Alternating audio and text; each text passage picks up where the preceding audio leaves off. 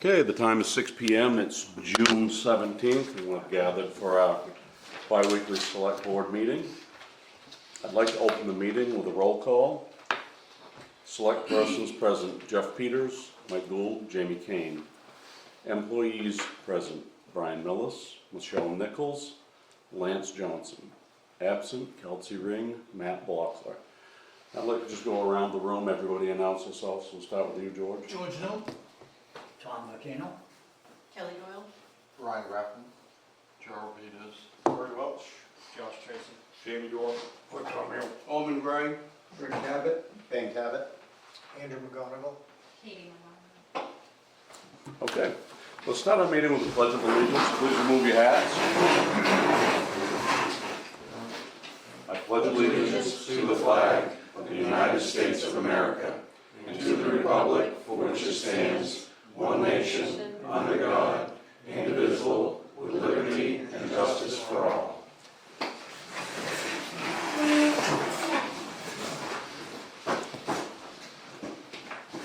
Okay, first up, we've got open session. Has anybody brought anything for open session discussion tonight?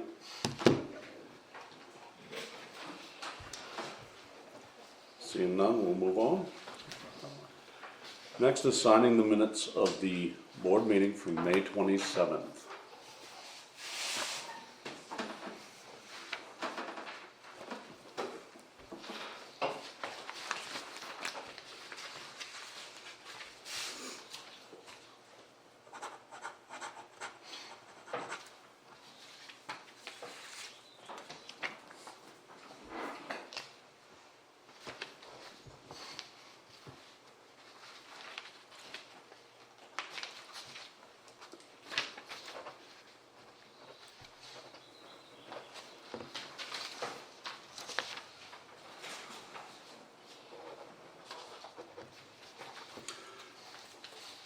I'm going to make a motion, we accept the minutes as written. Second. The minutes are accepted. Moving on, review of the treasurer's warrants, payroll 43 and 44.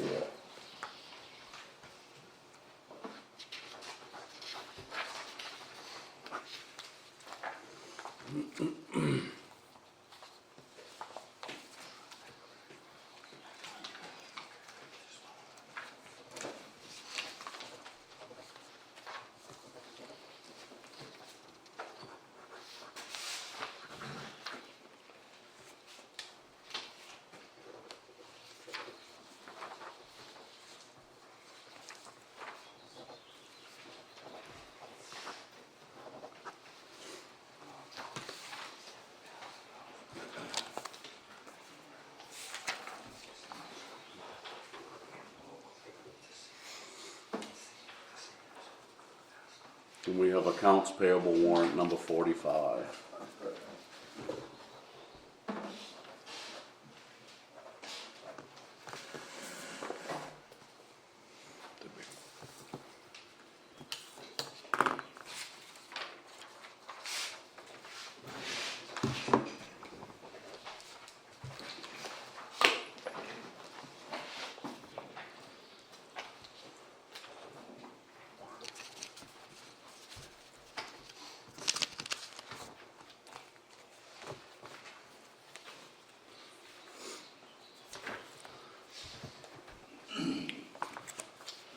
Not listed but included, just a review of our bank.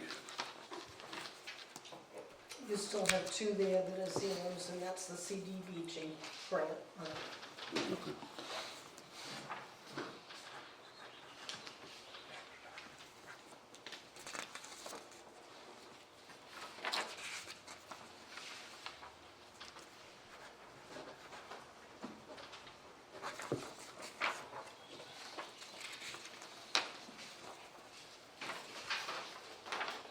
Yeah, that's this one, this next one.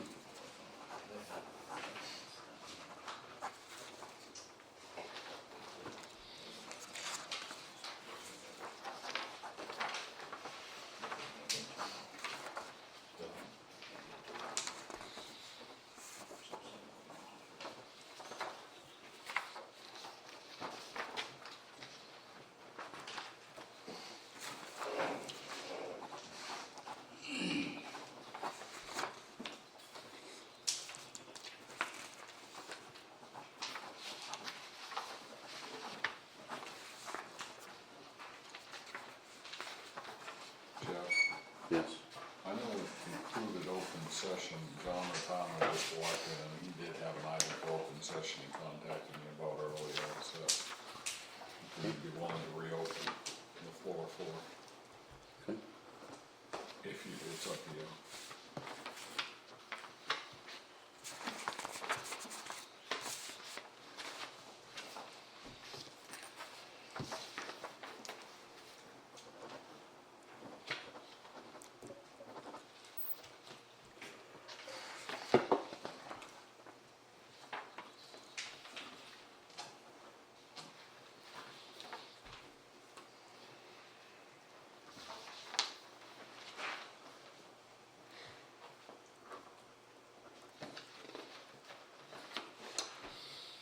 Okay, we're gonna back up just a step.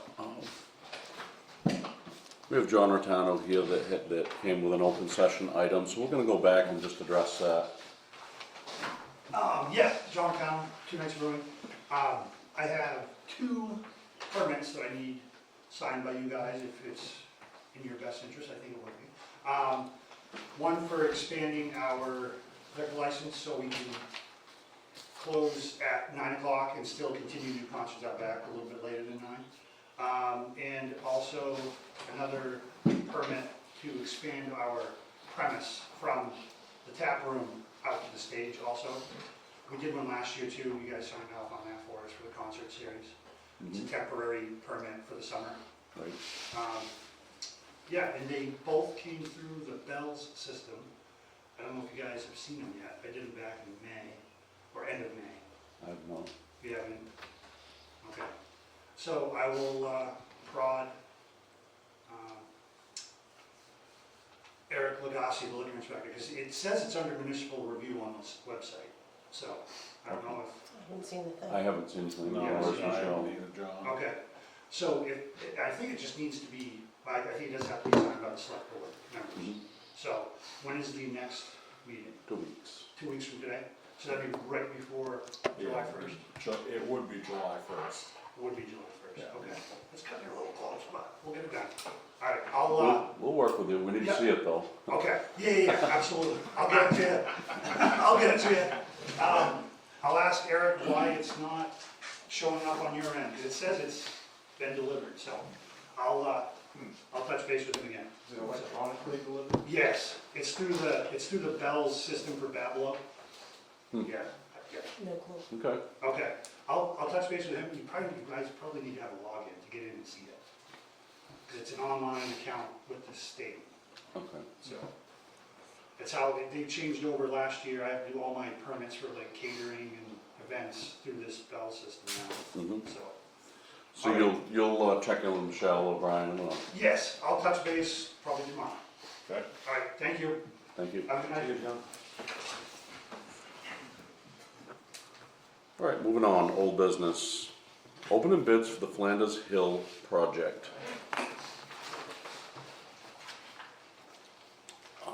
To be more clear, for the earthwork, prep work portion, we've already opened and accepted the paving bids for the project.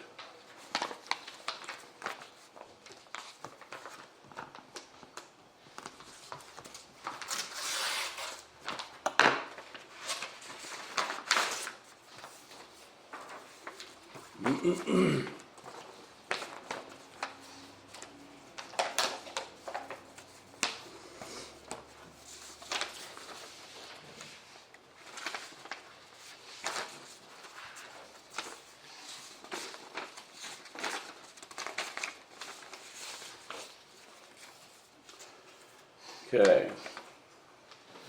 So the first bid is from Pike Industries. They've included a copy of our bid request and a copy of the equipment. Looks like there's plenty of equipment there to do the job. Something tells me they won't have an issue with that. Yeah, something sensitive. So it says the bid includes one 15-inch galvanized steel culvert supplied by the town in 2 locations, and 2 18-inch galvanized steel culverts supplied by the town in 1 location. And the total bid price is $45,500.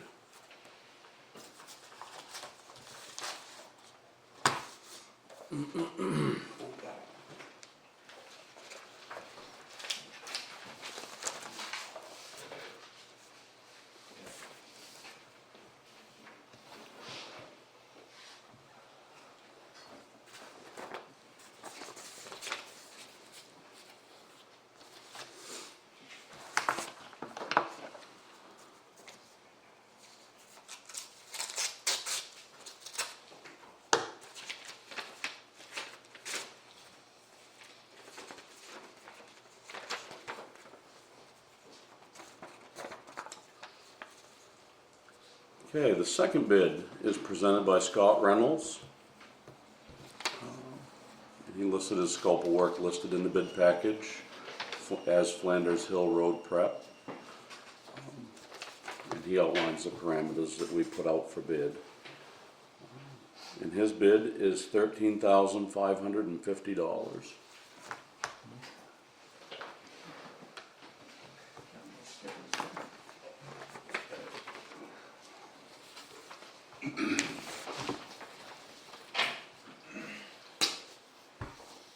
Jeff, excuse me, is there a time frame on the completion of the work? As soon as I can get it done. As We- soon as they can get it done? There is, The prep work, anyway, we need to wait to hear from Pike. Matter of fact, where Pike's here, you guys have an idea when you might be paving it? As soon as that work's done. Not when, just how long it would take to do it. A week, 2 weeks, a month, I'm just wondering, curious. The prep work shouldn't take more than a few days. The paving, It'll be done by July 15th. Thank you. the paving, you guys probably won't be more than 5-6 days doing that. I'm gonna say probably a week or something.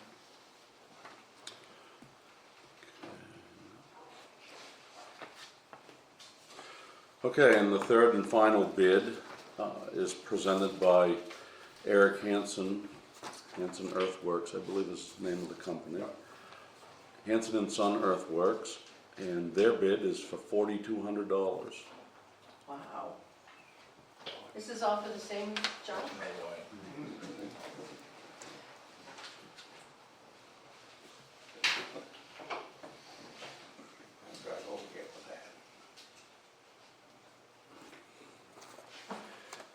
Now, the first bid from Pike was very, very clear in the scope of work, as was the Scott Reynolds bid.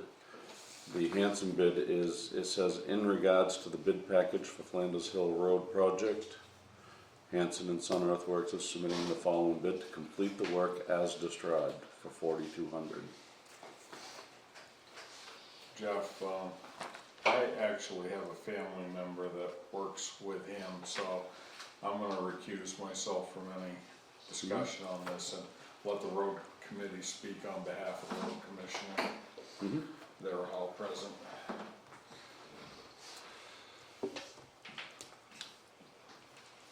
So what I'd like to do, as soon as you guys have looked at it, I'd like to have the road committee just look at those bids too.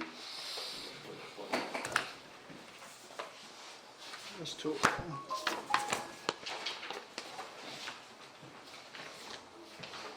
Well,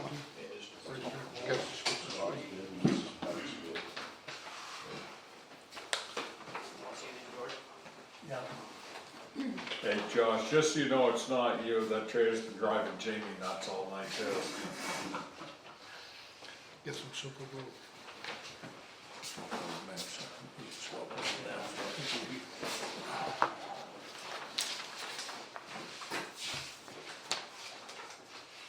It's quite different than that drill.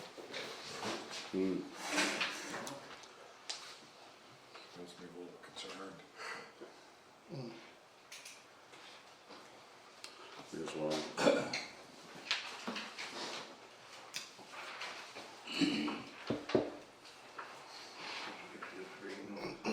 Reading like this.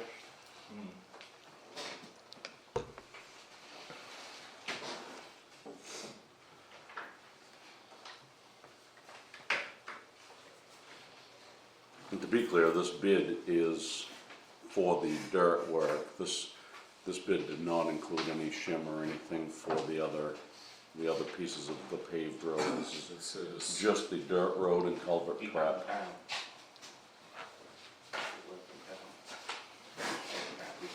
The dirt portion of place, so staying dirt.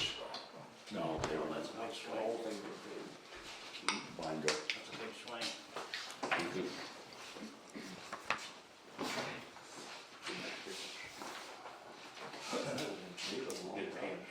basically, this is culverts and ditch.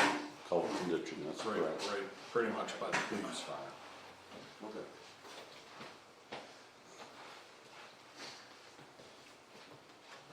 What are you thinking, George? Well, a few questions I just wrote down in regards to the bids. Are all the bidders, do they comply with best management practices as far as, don't know that. When they're done, are they supposed to be topped in at the time that the culverts are done? Well, no, we're gonna leave them gravel because Pike's gonna be right along behind it. Okay, so they'll fill it in, so it's gonna make a little work for those, all right.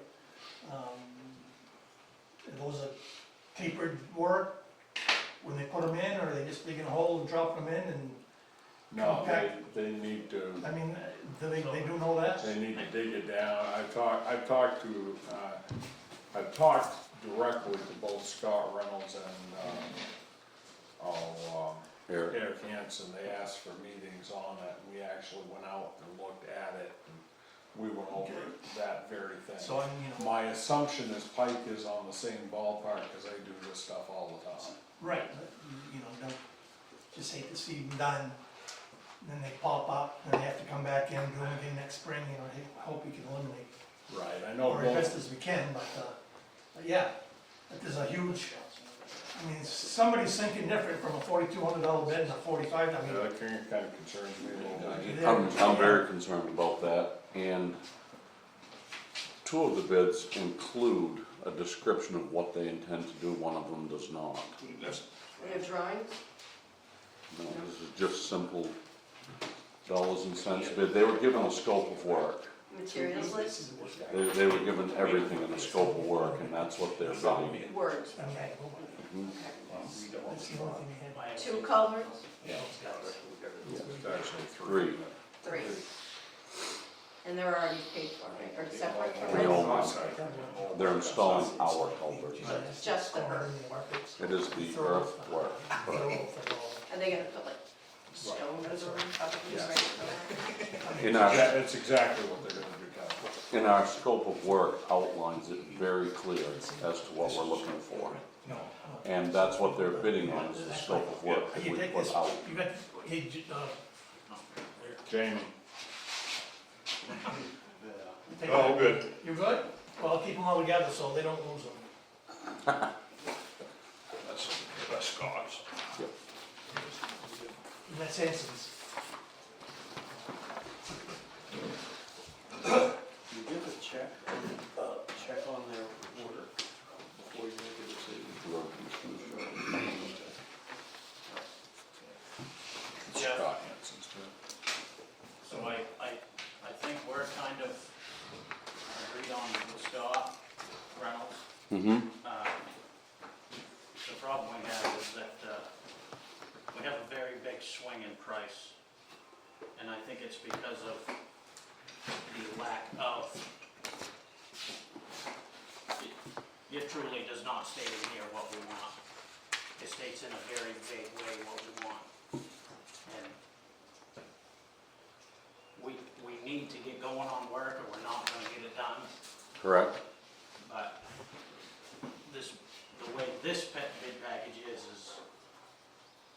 there's no, we should be compacting in 8-inch lifts, Mm-hmm.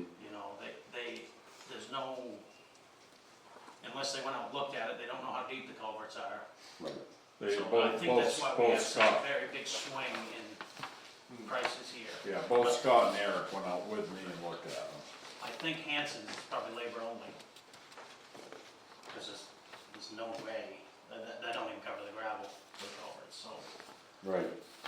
um, That's, I'm right there with you. The bid is very, very very, very generic, very unclear. Scott's bid and Pike's bid both outline every step of the path, Right. and I feel more comfortable with that. That being said, I'm not crazy about spending 10 grand extra that we don't have to spend either. I don't think $15,000 was 14 something was what Scott's. It's 30,000 difference. 13.5, I mean, I think Scott's is in the. It's 30,000 difference between Scott and Pike, but I don't think $15,000. I think that's still a bargain by any stretch of the imagination. 13.5. I expected to be in the 20s, in all honesty. Yeah, I mean, that would be, it wouldn't be out of the realm, no. I mean, that's what I expected we were going to see. I'm nervous, like you said, the $4,200 doesn't cover the material. Right. And it's not clear in the bid that it does. He wasn't specific on what he was gonna exactly do, just the generic work that was on the bid. Right. But if you look at Pike's and Scott and Reynolds bids, They're both very clear, they're laid right out. they talk about compacting, what their equipment they're gonna use. Right. And I, I'm sorry, but shouldn't the town dictate what we want, not the people doing the work? That's We what have- that- we have- that's we what have. they have. we have this, They bid on what the town's requested. we requested the scope of work from each one of these individuals. So they all read the same thing. They all read the same thing, They all read how the can it same thing. vary so much? I guess. You're so left by, I have no idea. That's why you bid it, I don't know. We're not Here's- sure either, because like I said, I went out and met with two of the contractors and went over the project on site with them and answered all their questions directly. So maybe the people that will do it for 4,200 have those materials laying around or something? How can it be? I just can't see, They You can't know, drive from in all, Bradford for a in week. all honesty, I think probably what happens, I think he might have made a mistake putting his bid in. But then you have to make them do it for that amount, right? No, whatever, I don't know. I feel like that this $4,200 bid is an incomplete bid because it does not outline what they're going to do. And dollars and cents wise, it just does not add up. That being said, Jeff, it's the lowest bid. you as a board, are you pleased with the way that was worded for the scope of work, what needed to be done? Do you think that verbiage had anything to do with the Fair question. differences in bids? I mean, that's I mean, it extremely could- vague. So it clearly, and Josh made a good point, the $4,200 doesn't buy the Well, material. yeah, but I'm not worried about. And if you read this scope of work, Right, it says gravel used must be 2 inches, it's outlining the materials you need to provide, which is more than $4,200.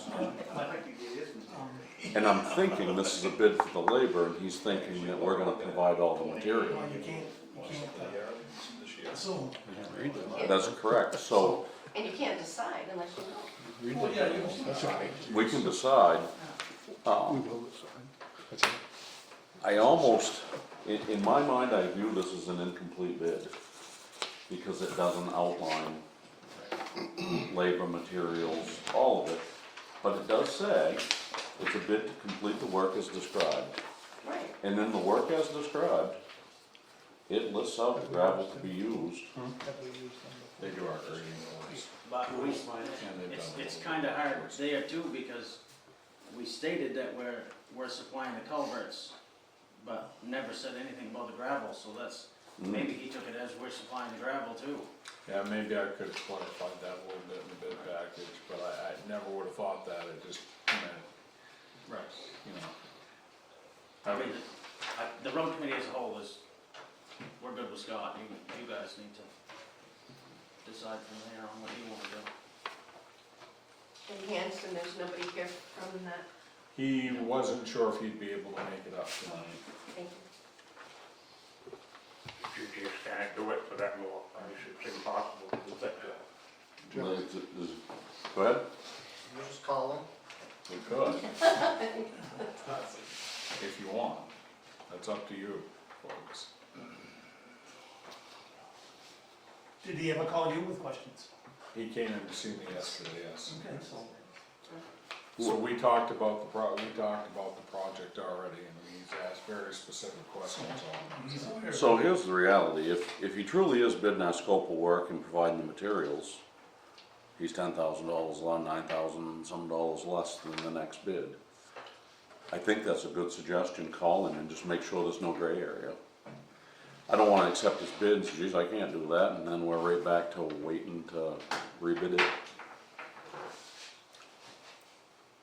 Has he done work for the town before? He does our grading, He what? he's done our grading for 2 years. Is he doing a good job? Yes, he is. Maybe he forgot to print the one behind the 4200, which will put him comparable to Scott Reynolds. Right. It's probably exactly something silly like Like a typo? I think that giving him a call is a good option, just to make sure that. Who would like to talk to him directly on behalf of the town here? That would be Jeff. Myself or That would you? be Jeff. Where you're abstaining from the conversation, and hand him off to one of us. Actually, Josh probably be the right guy to talk to. I'll pass the buck. No, I'm comfortable talking with him. Alright, I'm having phone issues, so how about I give you his phone number now? Yeah. 745 Hold on, just a minute. 745. 8024. I am good.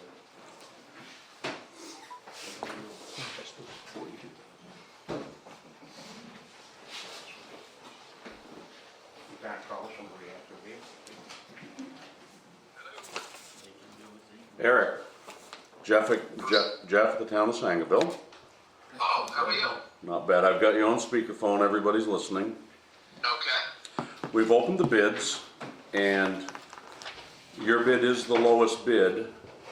What makes us nervous is it's the lowest bid by quite a bit. So we want to make sure that we're all interpreting the scope of work the same way. Yeah.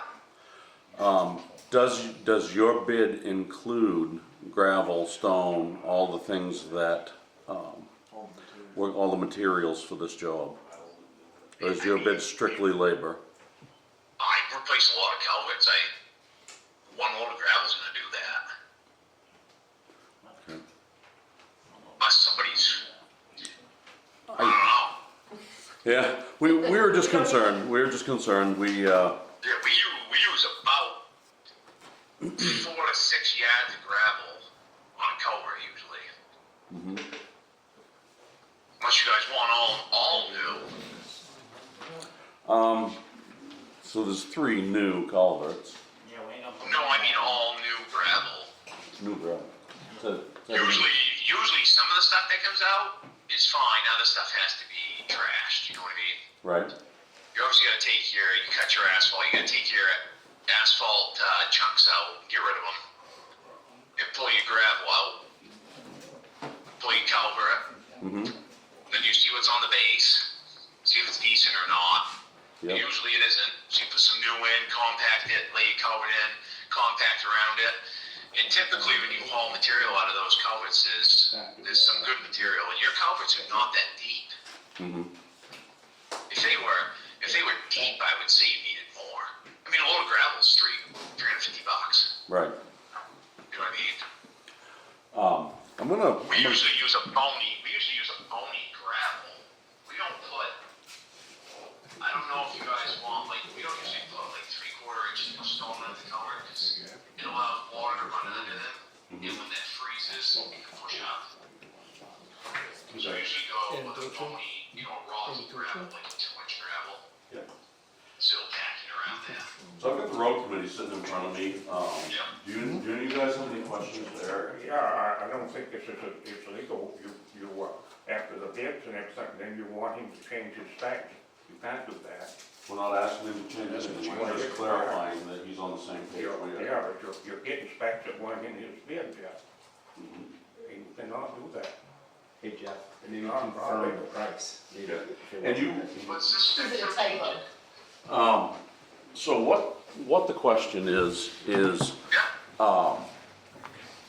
making sure that the scope of work that we're all bidding on is exactly the same and bid the same. And I want to confirm, your bid was $4,200, correct? Yeah, Yep.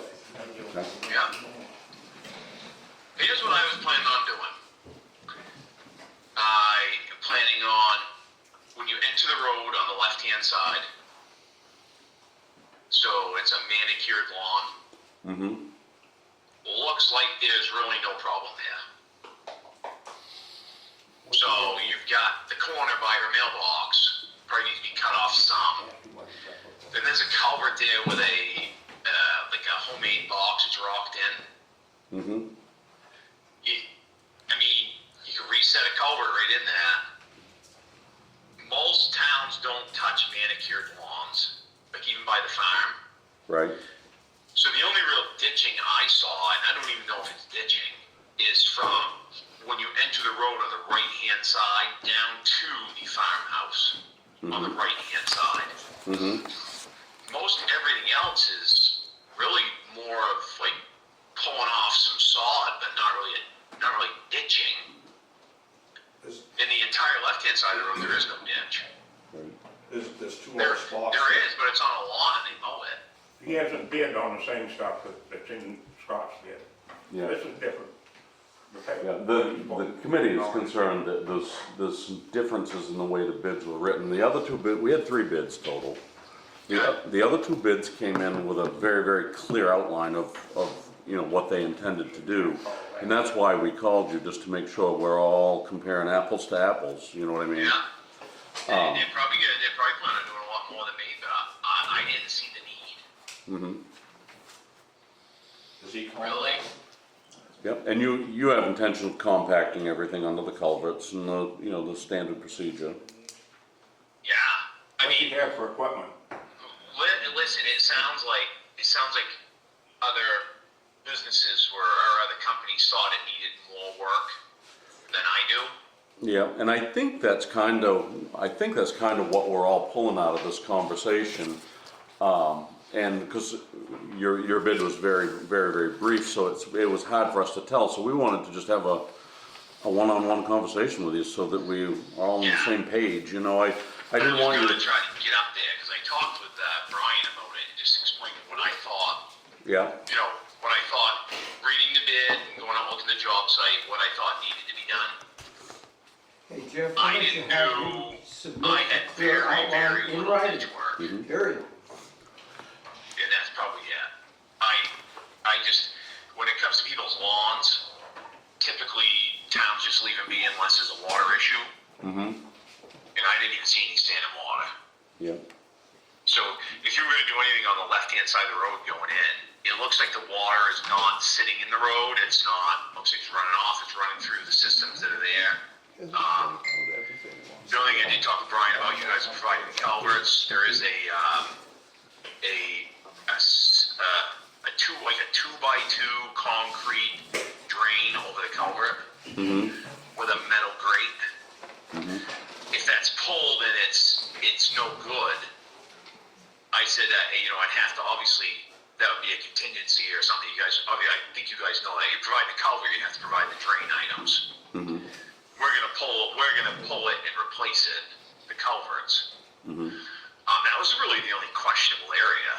Yep. I mean, if you guys want it ditched completely on both sides of the road and take out the farm's lawn, I'll bid it that way.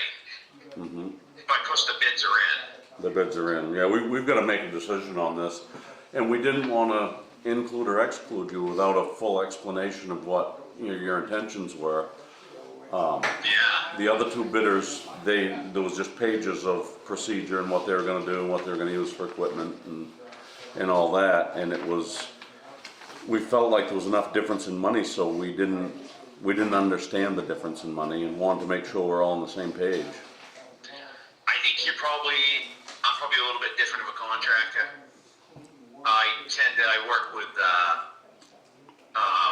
2 other municipalities regularly for road work. Mm-hmm. And I think outside the box, something to try to save money.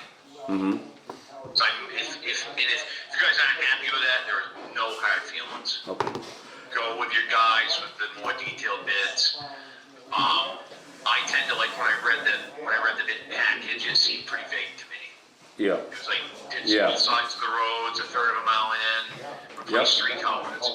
I get up there were 3 culverts being replaced, one actually should be cut. There's one section in the first one you come to, I think there's a culvert there. But I think it's filled in over the years and it's probably galvanized, it probably rotted, and that's why your road's sinking. yeah, Do I think there needs to be a culvert there?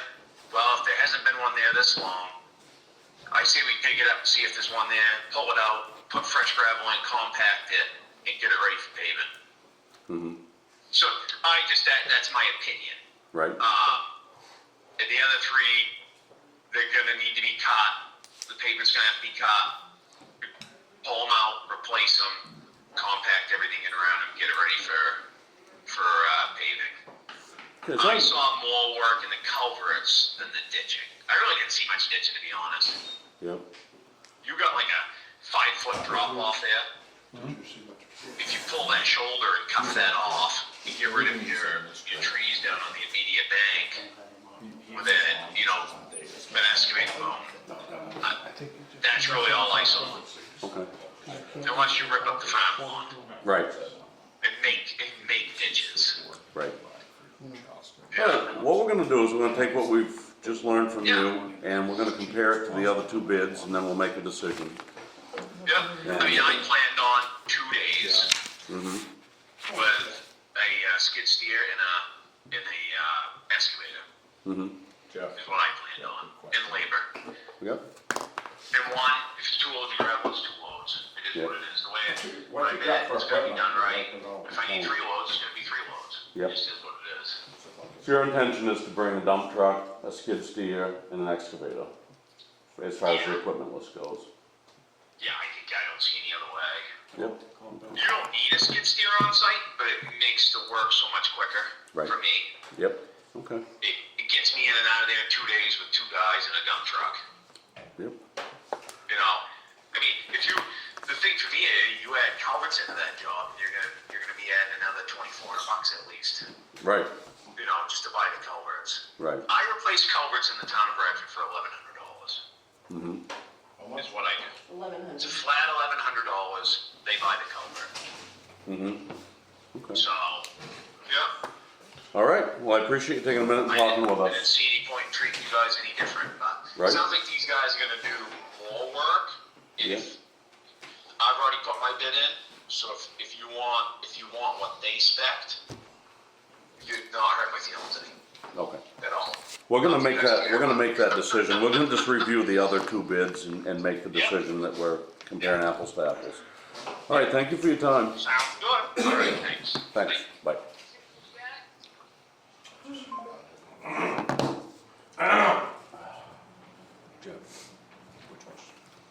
Butch, Yeah, I talked to his grader operator the other day. They aren't into this. He said, we're gonna buy equipment and we're gonna get into this construction work. mm-hmm, He's not a construction worker yet. He's just thinking about getting into it. right. So, we might wanna weigh that. Okay, I'm gonna go to the next bid, Butch, and so we've all just heard Eric's explanation of what his intent is for his scope of work. Now I'm gonna read to you what Scott Reynolds, which is the next bid, he listed as the scope of work listed in our bid package. Removal of parcel discontinued culvert still on the road and replace compacted 2-inch gravel. Replace second 15-inch culvert. Replace third 15-inch culvert tied into catch basin at Cleese Potato House driveway. All inlets and outlets to be supported with 8-inch minus stone. All culverts brought to pavement grade with gravel. No asphalt or cold patch. Removal of 1 tree. Have talked to Toby and he's good with cutting it and hauling it away. Light ditching on the south side of the road between Potato House and East Sangerville Road. Clean out ditch on the north side of the road between East Sangerville Road and Billy Cleave's lawn. Locating possible boulder in the road west of Flanders Brook Crossing. Fill disturbed area with compacted gravel. Bring skid steer to the town garage for loading culverts. And then he gives a list of equipment, which includes compactors. He's bringing a dump truck, 35,000 pound excavator, one vibrating compactor, and a ton truck with a trailer, and one skid steer. But he's telling us. And all culverts, bands, bolts, road signs are to be supplied by the town of Sangerville. That's Scott's bid compared to what we just heard on the telephone. So that's our next bid up. Where is Pike's bid? That's his, What about Jeff? I think still we ought to try to, which we talked about, this bidding and try to keep stuff in town too, the money. So shouldn't this have some effect on this too? well, everything has an effect on it. Currently, I wanna get through this scope of work and make sure we're all bidding the same thing. So I'm looking at Pike's bid.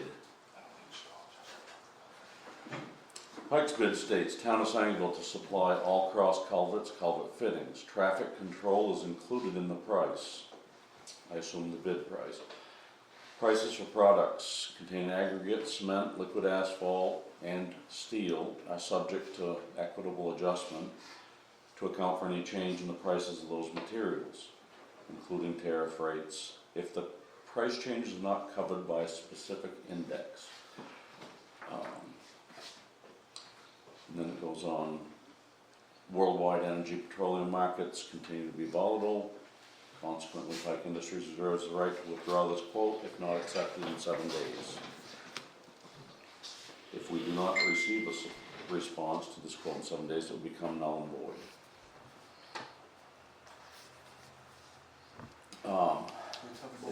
As far as the They scope of, mentioned asphalt. I think that just. that's basically, they give a description, one 15-inch steel culverts, town supplied in 2 locations, so that'd be 2 culverts. One 18-inch, town supplied, 1 location. And their bid is $45,500. I thought it was 3 cars. It is, there's 2 15s and 1 18. Okay. And their bid is $45,500. So now we've heard what, I think there's a couple of factors. Pike, when they do traffic control, they do a very standardized traffic control everywhere, and they bid that out to a subcontractor. So I think that was probably the traffic control, was probably a piece of that in there. And the other thing is they're gonna have some mobilization costs that are gonna be very different than what a local contractor would have. right, Kelly? I have a comment just real quickly, that and I know none of these people, but I did like that Eric Hansen, Hanson? I like that he was aware of disturbing someone's lawn and didn't think that was necessary, and that would be important to me if there was a big job going on, that I wouldn't want my lawn. I think that particular item right there is part of the difference between Eric's quote and Scott's quote. Scott had talked to Cleves, his About bid the tree. includes removing, A tree. we have a problem tree that's in this roadway, Okay, that we're gonna have to deal with. One of the beauties to Scott's bid is it does include disposing of that tree. And my interpretation is creating a ditch there to get rid of that water that runs through that And intersection. his plan was to talk with Toby and Billy Cleves after he talked to me before he filled out his bid. Which he indicates he has, So- and So my thing was that, I said, we're doing work there. These guys have got a fairly substantial business there, and that was one of the things I said, we wanna impact their business as minimally as we possibly can. So he was aware of that, and I know he works with them pretty regularly anyway. so one more question for you, Brian, back to this tree. This is one of the problem trees that we've got on our agenda to take down. Have you got a cost on the tree removals that we've gotta do? I do. I'm sorry, I just had an estimate for 3 trees removed. It was less than 3,000 for 3. One of the things that was gonna come up later in the meeting is I'm gonna put out a bid package for those 4 trees on the French's Mills Road and see what we get from bids. but I know those are a little bit more than normal. What's typical? Kelly's actually fairly accurate, that's pretty much what Steve. About a grand a tree. Yep, Yeah, Steve completely Engstrom, removed. that's about what Steve Engstrom, is that who's doing it, Steve Engstrom? No, I don't even know if I'm going with it, I can't, hold on. I can tell you, keep talking. I know, that's in the ballpark of what Steve gives us for tree removals. So, That though may not include disposal as well. That is usually it's I double. think that's probably true, Ben, because, my guess is where Toby and Billy have the firewood business there, that probably is gonna get hooked onto with a farm tractor and taken over and processed out for firewood. It So- stated right in the bid package that he was gonna haul it off. Remove So with that being said, what is, And the stump too is. Josh, you're the chair of your committee, what is Brian your, McIntosh. what is your input? What's your thoughts on those three? I mean, Well, we go with Scott, there's no, I don't, that's your recommendation, yeah. based on what we've heard tonight? And if he runs into something in the middle of the project, unless it's astronomical, I doubt he'll change his price. He'll honor that, you know. so for me, there's a couple of things that I see. Hanson is not taking the tree down and dealing with that. That tree that's gotta come down, that area needs to be bid, that's the water that's running across the intersection, and it appears to me like this bid is not addressing that. Do you feel that way? Who's not addressing that? So the tree that's gotta come down is right Right, yeah, by, I know what street you're talking about. He said Eric's not. Okay, addressing no, this. I don't think Eric had that. 9,300 for one tree. Right, which honestly, it wasn't in the That's the Scope of in the difference. scope of work, so. 9,000. Yeah, we did, I Really, it's an didn't, extra, we don't even need to talk about it, if he's taking it down, great, you know. so the reason I'm bringing this, 9,300. the reason I'm bringing this up is if nobody else is taking the tree down, the problem is there's water that runs across the road there and there needs to be a ditch where that tree is. If we want our pavement to stay put, that's the problem I have with it. It'll flow, there's a culvert right on both sides of that maple tree. There is. Yes. Okay. There's one closer to the corner, and there's another one closer to the potato house. But it's not no big job to take it down, is it? I don't think we need a tree surgeon anyway, do you? I don't. So, like I said, I think we should go with Scott, but we need to make this better next time. I can clear Because it it with. would take all these questions out. Mhm. It's the first time at it. Right, it is, yeah. But And- there's a lot that goes into it. The piece that I see is the pipe bid is quite complete in as far as, and the Scott Reynolds bid is very complete. He describes every move he's gonna make with every piece of equipment. But the reality is, you know, Eric's bid is $9,000 less. $9,000 is a lot of money in our 2 road days. budget. 2 days, he said. He's not gonna do it. Eric said it But was 2 I'm days. concerned that in the conversation we all just had with Eric, that I'm concerned that it's gonna be just a dust through, knock the ditches down and put pavement on something that's not fully prepped. That's exactly. It feels that way. That's what he's gonna do. What do you have to replace? That is what rocks? he's gonna do. Rocks I once are tried rocks. one, so What I what's mean- wrong with the rocks that are already there? I don't get it. Because it's not rocks, You it's have to have mud. new Yeah, rocks? It's mud. Yeah. It's not right, that's why they need to be Just replaced. to maybe a little clarity, I Well, think they're the old and it's gonna be municipalities galvanized rod, Eric's and that's why working it's- with, I think are asking him to keep, Right. you know, to do things, as economical as possible, Right. whereas we want things to be done in a way that they're gonna have longevity. And here's the next little thing. We've all traveled this road, we've all traveled this road in spring. The big rock that pushes up by Peggy's in the middle of the road. That's. Scott Reynolds is the only one that's addressed that as being a problem Yeah. and addressed a cure to it. So the question remains, this bid to me seems a little incomplete. Do we move to the next bid? And can we justify the $9,000 worth of work in addition to move to that bid? For I think rock so, and a because tree. we're gonna have serious frost. This is a problem piece of road, and One of the advantages to Scott Reynolds is he's already done part of it and he understands what's going And on. you're happy with his work. Well, he's done part of this road already. Yeah, that's what I mean, and you're happy with the part that he We're did. very happy with it. Very pleased with what he's done on the other half of the road.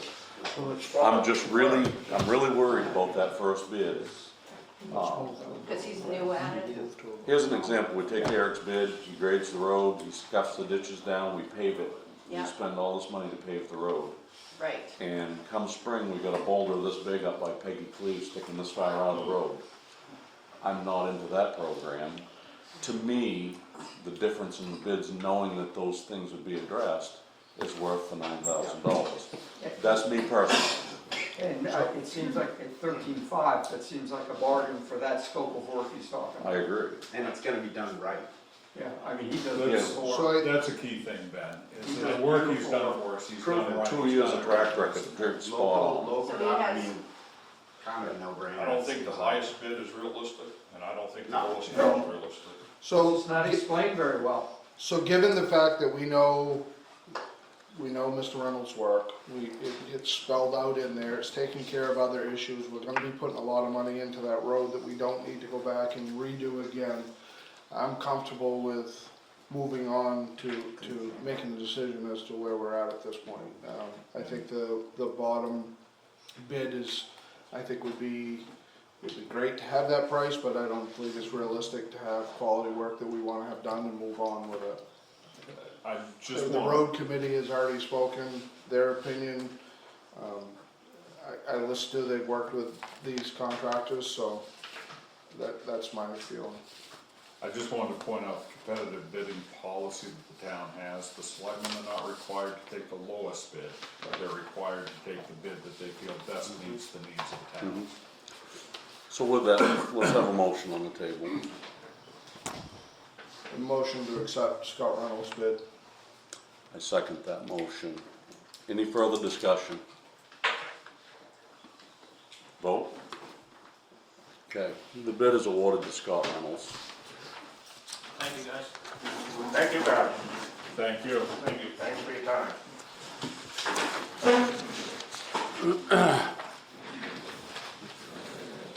Okay, moving on. Fire truck update. Matt's not here. Andrew, do you have anything? So, he and Travis Labrie are assisting Dover this evening. He did say he was gonna be here later, but he's just gonna be late. Okay. So maybe we can shelf the discussion for later. Yep, we'll table the topic, and if he comes in time, we'll reintroduce it. Okay. Moving on, Center Pond boat launch.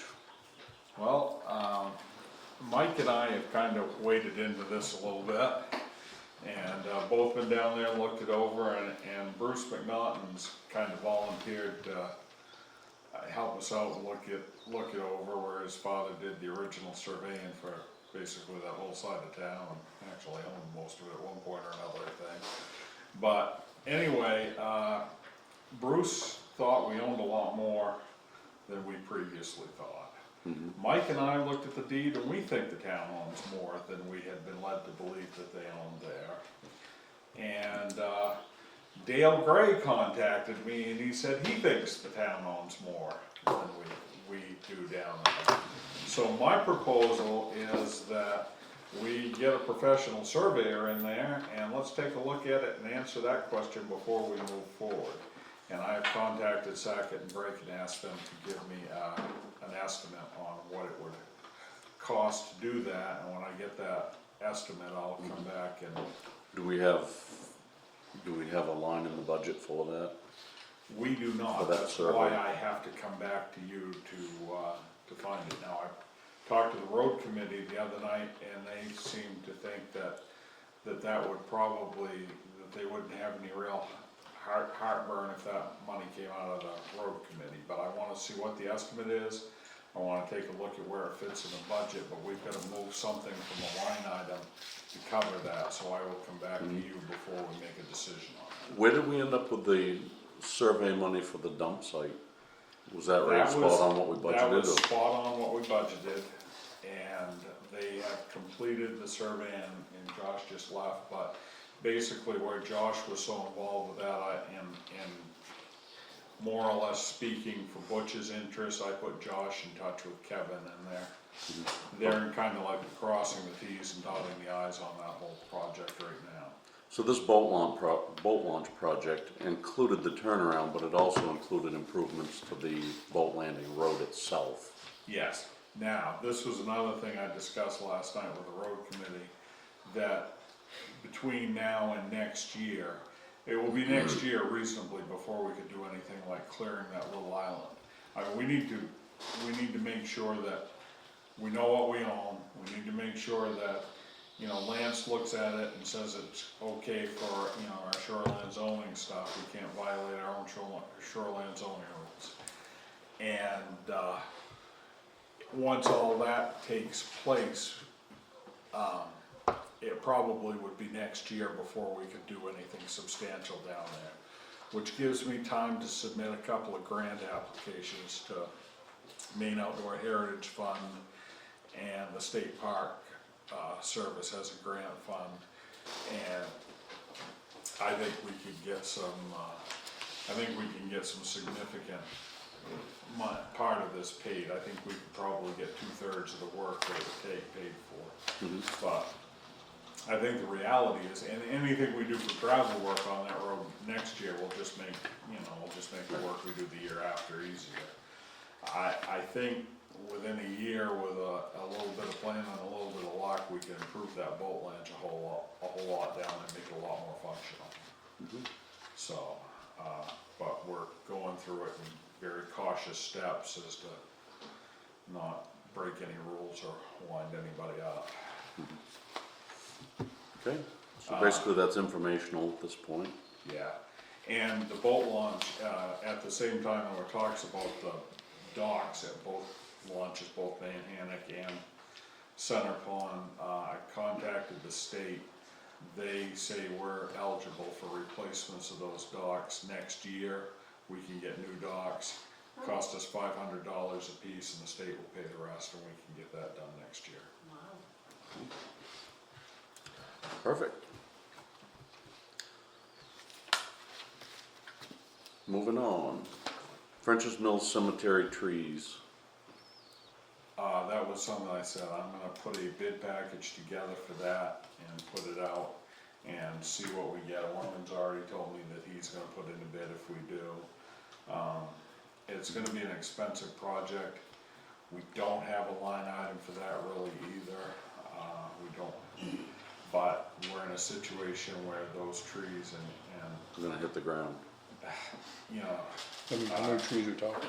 Huh? How many trees we- Four. Yeah, I mean, George and I have talked about that. I mean, those are dangerous trees. When the times come, we've gotta do something to address it. So the first step is I'm gonna put this bid package out and see what we get back for a response. It's possible that we may come back with a figure high enough that we need to add it onto the agenda of a special town meeting down the road, but, it's kind of something we have to do. Okay, moving on. Ad hoc committee for cannabis ordinance development. I think you all saw, I sent you a copy. I put together basically a draft policy with charge, mission statement, proposed schedule, that we could put this ad hoc committee together with. You kind of approved that at the last meeting. We've got 4 people, 3 of whom are sitting here in this room tonight, that have all volunteered their services to help with this committee. I'd like to get a couple more, but as the mandate that you are hearing from constituents, I am hearing from the same constituents. It's time to get this moving. So, Casey Rotano was going to be here tonight, but she also has another meeting at the exact same time. She also wants to be on the committee, and I believe that you have our 4 appointment papers. Mr. Cabot won't be able to be appointed because he's not a resident. Is that correct, Ben? Where is your legal residence? Dover. Dover. So So that, you'd be an associate, are you okay with that? You'd be an associate member, so. However I can help. Dr. We Cabot, appreciate myself and that. Casey, you have the appointment papers there in your pile. So is anybody else interested? Anybody here interested in that? I'm interested, I don't know anything about it. It'd be a learning curve. So, real basic question, I know it's legal, obviously, because people are doing it, but there's still a federal law that says it isn't that correct? How do we get it? I don't get it. I forget it, I probably won't get involved, I just was curious. The beauty of the ad hoc committee is by Mr. Cabot volunteering his services.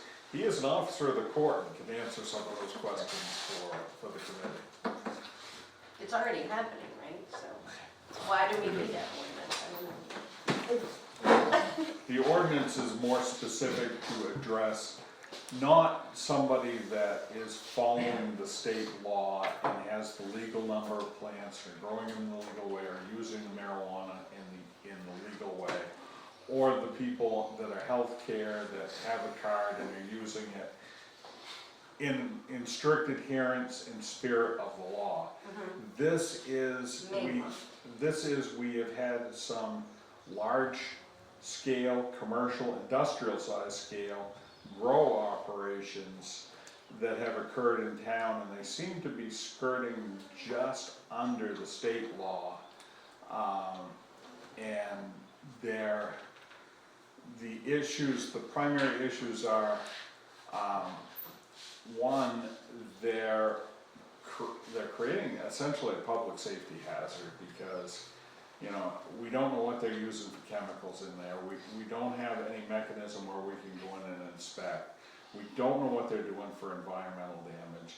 If they have one of these large warehouses that they're growing anything for material, and it doesn't even have to be cannabis, but any large growing operation that we're not able to go in and inspect, we don't know if there's a risk to, you know, if the thing catches on fire, is there a significant risk for our firefighters? You know, are 30 of these people with licenses, grow licenses, are they living in the same facility where it's being grown? If the thing catches on fire, you know, I know from my 40 years as a firefighter, I know Andrew sitting behind you would tell you the same thing, is you're gonna make every effort to go in and save those people. And if, you know, let's not put their lives at risk unnecessarily if we can put mechanisms in place that, like a sprinkler, like a fire suppression system or a fire alarm system. Let's make sure that they're not contaminating, you know, the neighbors' fields, wells, and water around them with whatever they're using, chemicals or part of the growing process. The other thing is these places create a lot of odor. I mean, that's a nuisance. Yes, they do. That's a nuisance hazard, and other towns have dealt with that in their ordinances. And, you know, the final one is these, you know, we want economic development in the town of Sangerville, but these businesses are contributing nothing to the local economy. And they're actually, you know, we've got, at least according to several sources throughout the state, we've got a housing crisis in this part of the state. Michelle is seeing it with general assistance, we're seeing it in the office.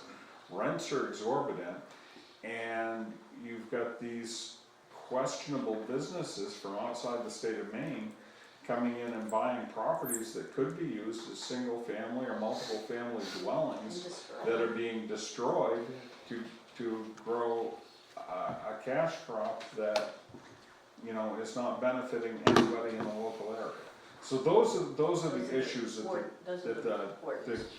the committee is gonna tackle and try to develop an ordinance. I like that, I'm interested. I mean, the state of Maine says it, well, the state of Maine comes in and inspects these places and licenses each caregiver. Okay. Right. But they say it the best, we can't stop them from doing what they're doing, but we can regulate them. And to add to what Lance said, the problem we have as Sangerville compared to other towns, if you look around, there are other towns that have none of this activity. The reason is they have mechanisms put in place to police it, I mean, here's a good example.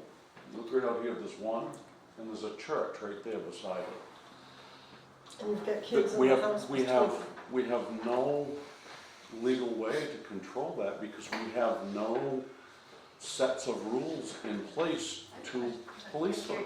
I thought there was an odor, like, I thought, I know Would be- back when I was way back in engineering, I remember this because of sludge.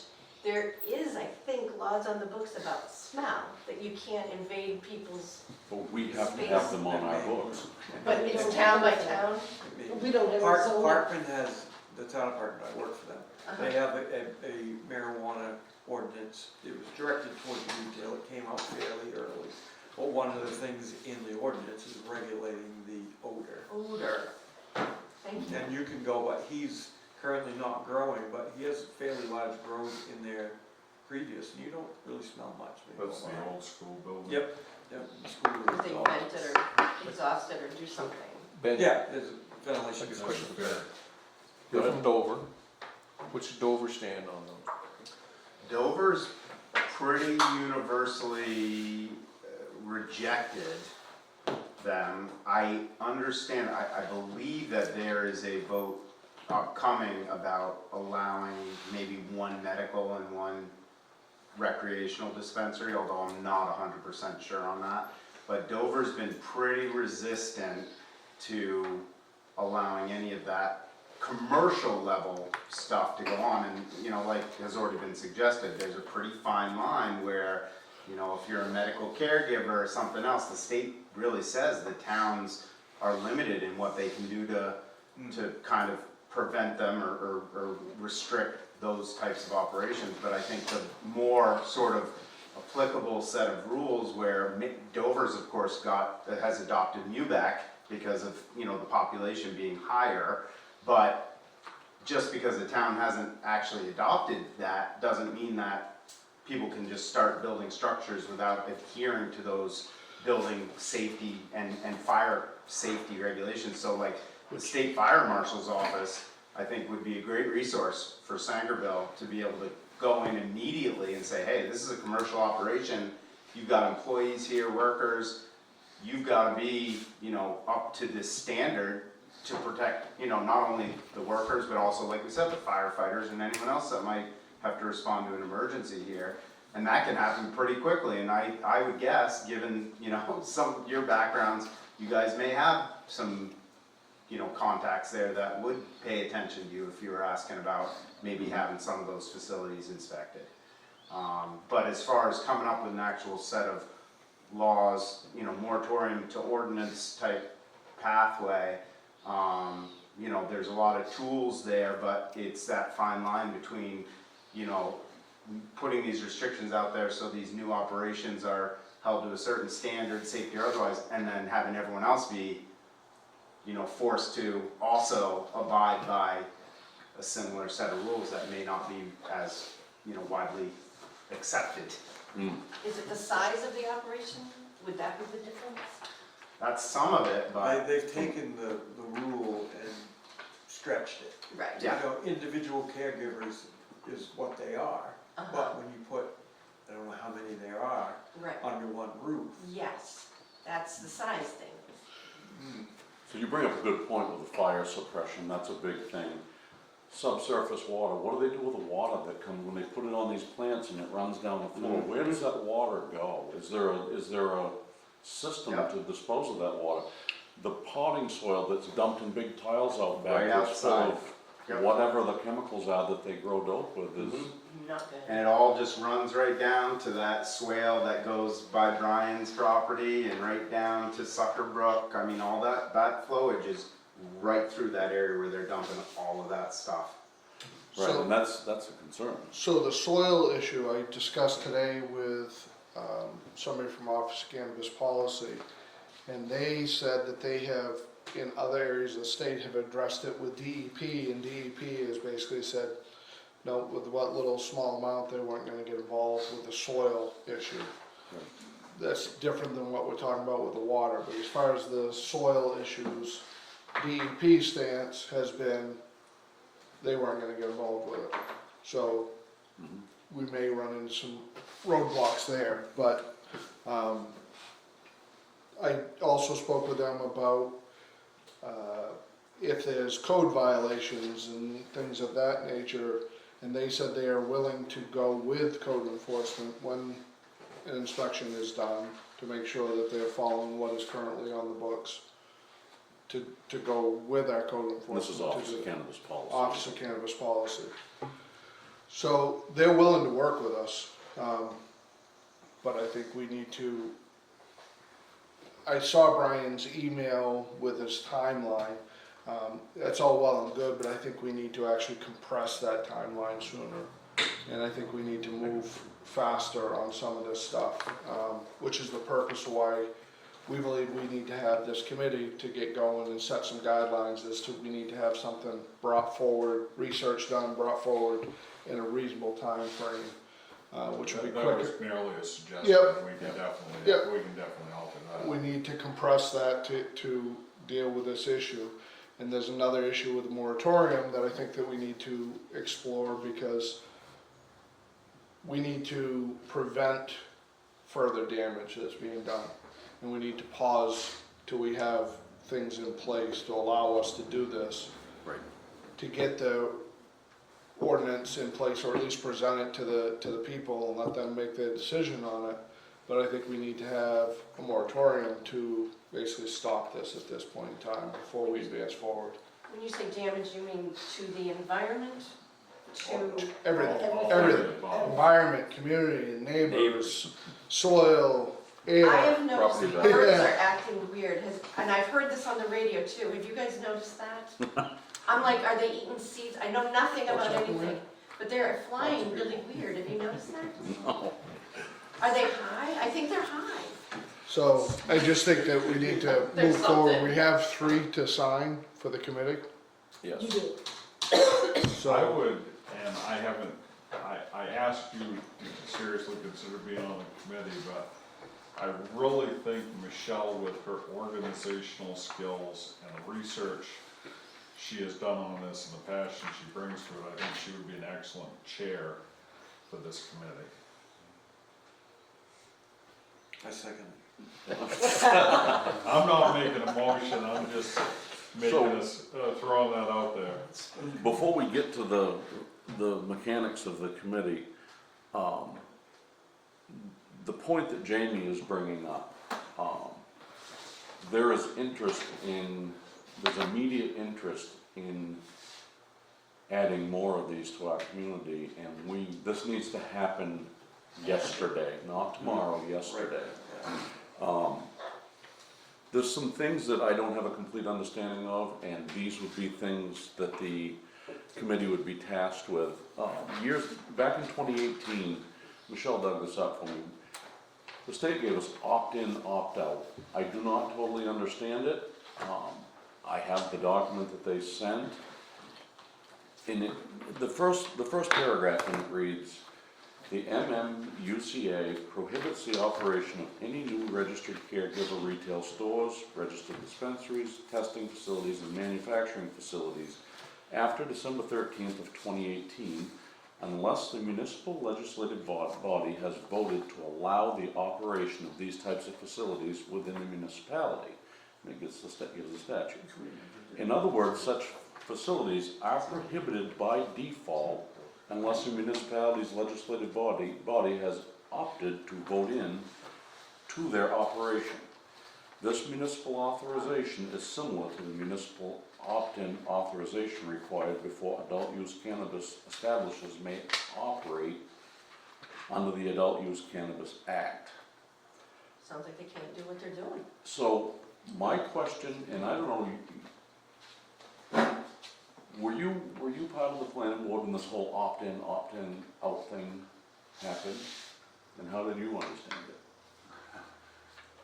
I think that we opted out of regulating it, except for a couple plants, medicinal use, some stuff like that. I think my question is, do we have a leg to stand on going back this far, having these move in without municipal authorization? It sounds to me like we have not authorized these to be here, but we've also not stopped them. And does this give us a leg to stand on is my question. Right. I don't understand. Well, and to go back to Mike's question about Dover, that's exactly how Dover has kind of prevented these from springing up there. Dover's never opted into any of this, just like Sangerville, my understanding, has never opted in for any of this. Right. But again, there's a difference between the way that you know, what is actually covered by that. And so they found this loophole, and I don't know, I mean, how are they characterized by the OPC? Have we figured that out? According to Office of Cannabis Policy, they are legal with what their operations are. Okay, so they've figured out whatever loophole they needed to, where now they're into that kind of gray area I mentioned, that the state basically says to towns, you can't prevent them, you can regulate them, you can hold them to some standard, you can, you know, do whatever is within the you know, four corners of the law to be able to say, hey, you have to operate this in a certain way. But you can't really say no across the board. It can't be a blanket prohibition. Right. But the opt-in versus opt-out is more so directed towards like publicly accessible commercial operations, like Retail, dispensaries. retail dispensaries. Exactly. If they're doing it behind closed doors and you drive by and you don't have any real idea, now that's that sort of gray area. Yeah, I get an email every time one of their caregiver licenses is renewed. You know, so-and-so's license has been renewed, so-and-so's license has been renewed, you know, sometimes they'll come 7 or 8 in a row Yeah. from OCB. So, I guess at this point, I think we should establish this committee with everybody understanding that the goal is to have this done yesterday and not tomorrow. To do some data mining, just dig. Michelle's already done a lot of data mining, actually. So Wow. Michelle has a lot of the ordinances, and she also has a lot of moratoriums that she's gathered from other towns for us to look at. I don't know what the board's view is, but I would like to proceed forward with the moratorium while we work towards the ordinance. And so, What would you title the moratorium? What is it? Is it for buildings over a certain size? so we have multiple issues that we have to deal with here concerning this. We need to make sure that we have building codes or the permitting process for building permits is correct so that we can regulate some of this, which to my understanding, we currently do not have. We basically have, No, the building notice that they fill out does not require authorization, although it does say on the building notice, by using this form, I agree to adhere to, you know, building code and this and that and the other thing. So that brings up- I just learned today, me and Mike had posed this question to me about septic systems, subsurface wastewater. And I've always, just because the state went in and inspected them and there's a residence on the property, that was adequate. I just got word today, Mike posed the question again and I double checked on it, that warehouses fall under, they do require a septic system. So I gotta go and Every inspect these, business. look and see if there isn't, they gotta build one, which they will, you know. Right. Yeah, money's not a, The doesn't seem to pocketbook be an issue. is deep. No. So what about, so you refer to building code, I mean, those warehouses are built on a 4-inch slab on top of grass. I watched them pour the slab on one, but I'm a code enforcement officer, yet I am not licensed for building code. We don't At- have at building the code, moment. that's part of our problem.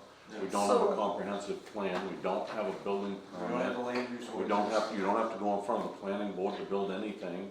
These are all problems that we need to address. Okay, so now flipping that around, we have a house over here that the water goes right into the sewer system. Mhm. What does that do? I mean, if It gets they're, processed, treatment. does it make a difference? Does a sewer district need to know? I mean, I guess it's. Does it falls fall? on- falls We're under pretty the- aware. What's that? So we're pretty aware. Do you see different chemicals coming in once they're tied in? It's diluted out so much, you get 300,000 gallons a day. Yeah. You're not gonna notice that. I have a question. How about regulations on anything that's consumable? Like if you're gonna open up a restaurant, there's all kinds, because you're Food consuming. safety, Yeah, food safety or, That's, We don't have any retail establishments here, so. anymore. But I mean, No, no, and if you're doing pharmaceuticals, like if someone opened up an aspirin warehouse plant, they were manufacturing aspirin, something that someone's gonna take. Aren't there all kinds of laws about that? I don't know how that works. Two Nights Brewery has a ton of laws that they're having to follow up there. Exactly, And there one of must the be reasons- existing laws already. One of the reasons they told me that they haven't built a second story to have, more dining, more seating and stuff, is because to do so, they'd have to have a sprinkler system and the cost is prohibitive. So it's like, okay, if, this business is having that issue, why doesn't the same law, the Exactly. same law apply to business B that applies to business A? Right. Okay, so I think at this point, we can move on with establishing this committee and basically establishing the scope at the same time. Right. I think we need to, I would like to see the board give some direction to them immediately as to kind of what our wishes are and what we expect out of them, and then, so that they have clear guidelines as to how to move forward versus spinning their wheels for another 2 weeks, waiting for us to do that. And I think, I'm happy with the interest we have in the committee, like to see more interest. So at this point, anybody interested in being part of this committee, raise your hand. Okay, so whoever,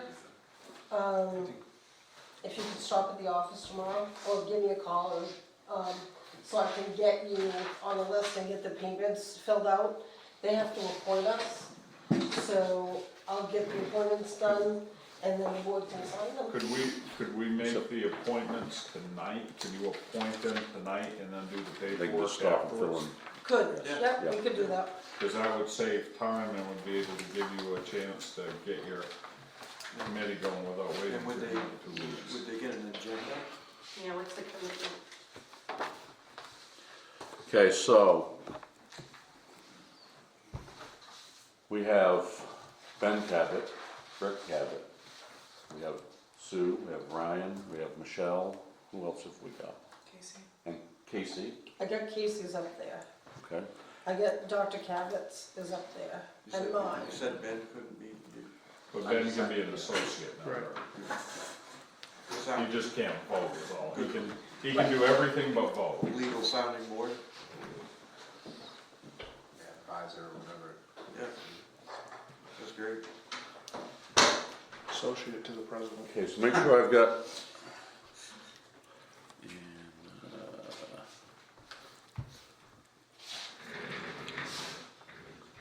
So I have Rick Cabot, Ben Cabot, Casey Rotano, Sue McAvoy, Ryan Graffam, Kelly Doyle. That's what we have interested as a committee. Okay, so now let's move on to the scope. Turn that over to you, Jamie. Jamie's got a Do you ton want of to research. appoint them first, or? Yeah. You We wanna make do sure them they're all good with the scope before we do. all? Okay, fair enough. So, I've been doing some of the research and digging on this myself, and like Jeff had said, we have multiple issues with this, but I think we need to address these medical marijuana facilities that are coming here, that are here, and address the issues with evolving around safety for town people, neighbors, the community in general. One of the concerns that I have is for first responders. These places are a health hazard.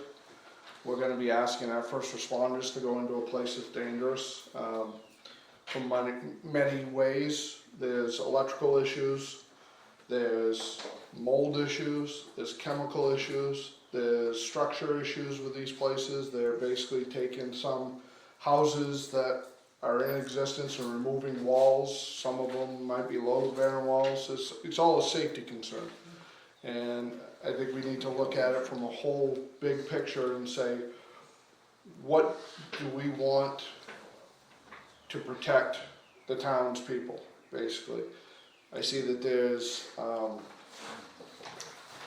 well, there's some of the issues I wrote down.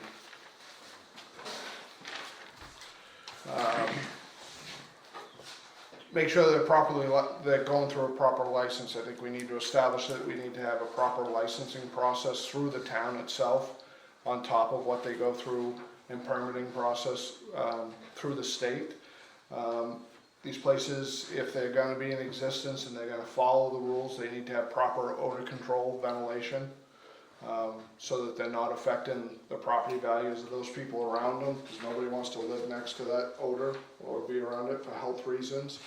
I think we've seen across the state there's fire issues with these facilities. They've caught on fire because they're using huge amounts of electricity. There's electrical concerns because the power boxes in these places are usually bubble gum and duct tape held together with wires just running everywhere. I've been in them myself. I've seen the exposed wires. There is a risk, there is a hazard there. I think we need to make sure that we have something that is covering that. Fire suppression systems, does it fall under a building or does it fall under that it's requiring a fire suppression system, like most commercial buildings are requiring? That's something that I'd like to have answers.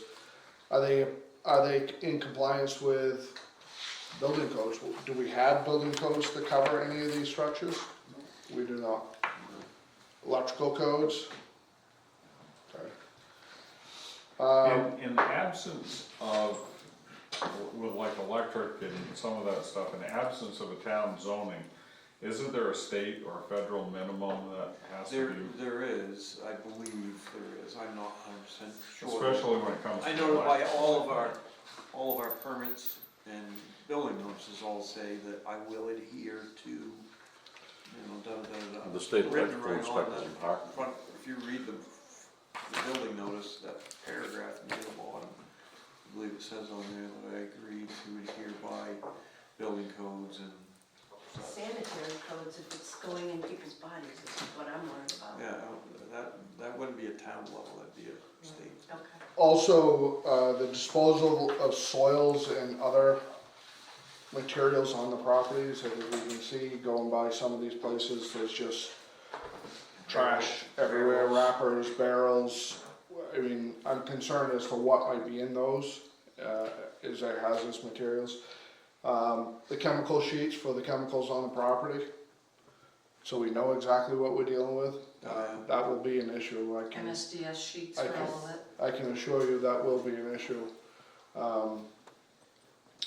Inspections, make sure that they will allow inspections to make sure that they're in compliance. And basically a design layout. If they're gonna build a building for this purpose, we want to have actually a layout, not a sketch of an exterior of a building that a 2-year-old can draw up. We need to know what is inside there and what we can expect, because in an emergency situation, we want our firemen or police or ambulance people to have a layout, what we're going into, so we know. If we could come up with like I use in retail, like you use a retail checklist, you just walk in, does it have it, check, get all the boxes. You just get The it reality is somebody Doors out have to there's be probably so already done wide. that. So, I know from what I've looked at when I've been digging into these other towns and communities' ordinances, a lot of those issues are addressed in those ordinances. Now, I wanna make sure that we are on good legal standing when we enact this, so that we have the capability that if somebody's in violation, we can take action on it. If somebody is in violation, what the state has said is that they will pull their license. If the town enacts these ordinances and they don't comply with them, they will pull their licenses. Then it becomes a different issue. It takes it so it's out of the town's control and it drops into a different venue that will deal with it. I don't know how they went about doing it, but I spoke to a couple people from other towns and they, I guess, condemned the buildings due to safety concerns. And as soon as they did that, they were able to call the power company and they shut the power off and they all just backed up and went. I don't Well, know. I think that's the difference between using the houses now versus these metal, The big, warehouse yeah, stuff. big warehouses. which right? changes kind of the Yeah. atmosphere and all that. I know this is putting the cart before the horse, but I think that if that's the route that we're gonna go, then there needs to be somebody to deal with all of that after. So there needs to be a serious after-action planning that goes into place to figure out what those properties are gonna look like after those people leave. Because technically, somebody else still owns them, so. Right. Lance, do we, in terms of habitation, because those become strict public health issues, you know, and the state is really big on that. Right now, actually, there's a very big push, and I'm just thinking that may in fact be something we want to be looking at also, from a medical Probably sooner standpoint. than later. Well, and so I think Casey brings up a good point. I mean, you look at different big scale projects like these grow houses, when they pull up the tent stakes and leave, what are we going to be left with? If they walk away from that property and the town takes it for taxes, what have we got to be left with and how do we regulate that so that we're not? Well, you know, that, the town did address that in the solar project that's going in, and if you read, the details are amazing. If in fact they leave, we're not on the hook for anything. And this needs to be But that's the incorporated here. same analogy, basically, that we, in fact, should have in this policy. with Post like regard to post like growers. bond or whatever else. Yeah, we had Positive money. monies bonded for removal. And how does that apply to those that are here and those that are looking to be here too? I mean, The same. these are all things we need to And we research. could have a licensing fee as well. Mm. The solar panel thing, the licensing fee is astronomical. Yeah, that was Well, there's a tens of start. thousands. Exactly. Make it so it's not feasible for them to come Well, that here. was the solar farm, I believe, the town got. And I don't know where the state's Oh, yeah, at. that's a lot of money. And implement a waiting period, I mean, instead of just them filling out the paperwork that they need to get their license, yeah, no, you have to wait, and it has to go through a process. Slow it down. Permanent process. A couple of the different towns that I've read actually have a public hearing, but they have to notify the abutting owners that they're going to be putting a permit in for something. I like that. We did that So with that's solar. another thing. One was 500 feet from a school or a park. I think it should be 1,000. I don't think it should be that close. And the solar farms, they actually, abutting neighbors had to sign off. Oh, really? Not here. There are some towns that actually regulate that they can only go on a certain road or a certain Dexter, piece of Dexter property. Yep. Dexter is all- planning to do that. So, Well, it's because they have a town council, they can Zoning. implement things like that within 30 days. but those are all things that I know Michelle has a booklet of other towns' policies or ordinances, excuse me, that she's been gathering from around the state, and they all have bits and pieces, and I'd like for the committee to take a look at those and pick and choose what is applicable here that benefits the safety of this town. One of them too involves security around the facility. Newport is a very extensive program. Lights. Yeah, Newport's got a very good Yes, ordinance. that was one of the things. Fences. That's a Well, you business should though, see right? the I think beautiful just- fences that they put I up, think just they're not the very neighbors, I nice. think just the neighboring blocks of Abutting land lot. signing off. They have a little bit of everything. You have a question? I just wanted, I see you're appointed committee, and I wanted to encourage them. It seems like we're fighting with the state of Maine, and we are, but a few years ago, Pike Industries leased out gravel pit space to dump sludge, and that came with certain criteria. They didn't follow it, and the state of Maine still said, we got no jurisdiction. They shamefaced me, but that's okay. We found that we had a right to insist on down gradient test wells. Tested every so often, it's grossly expensive. They closed it. And then they dug up the stuff that got dug too deep, buried too deep. That's one thing that I see.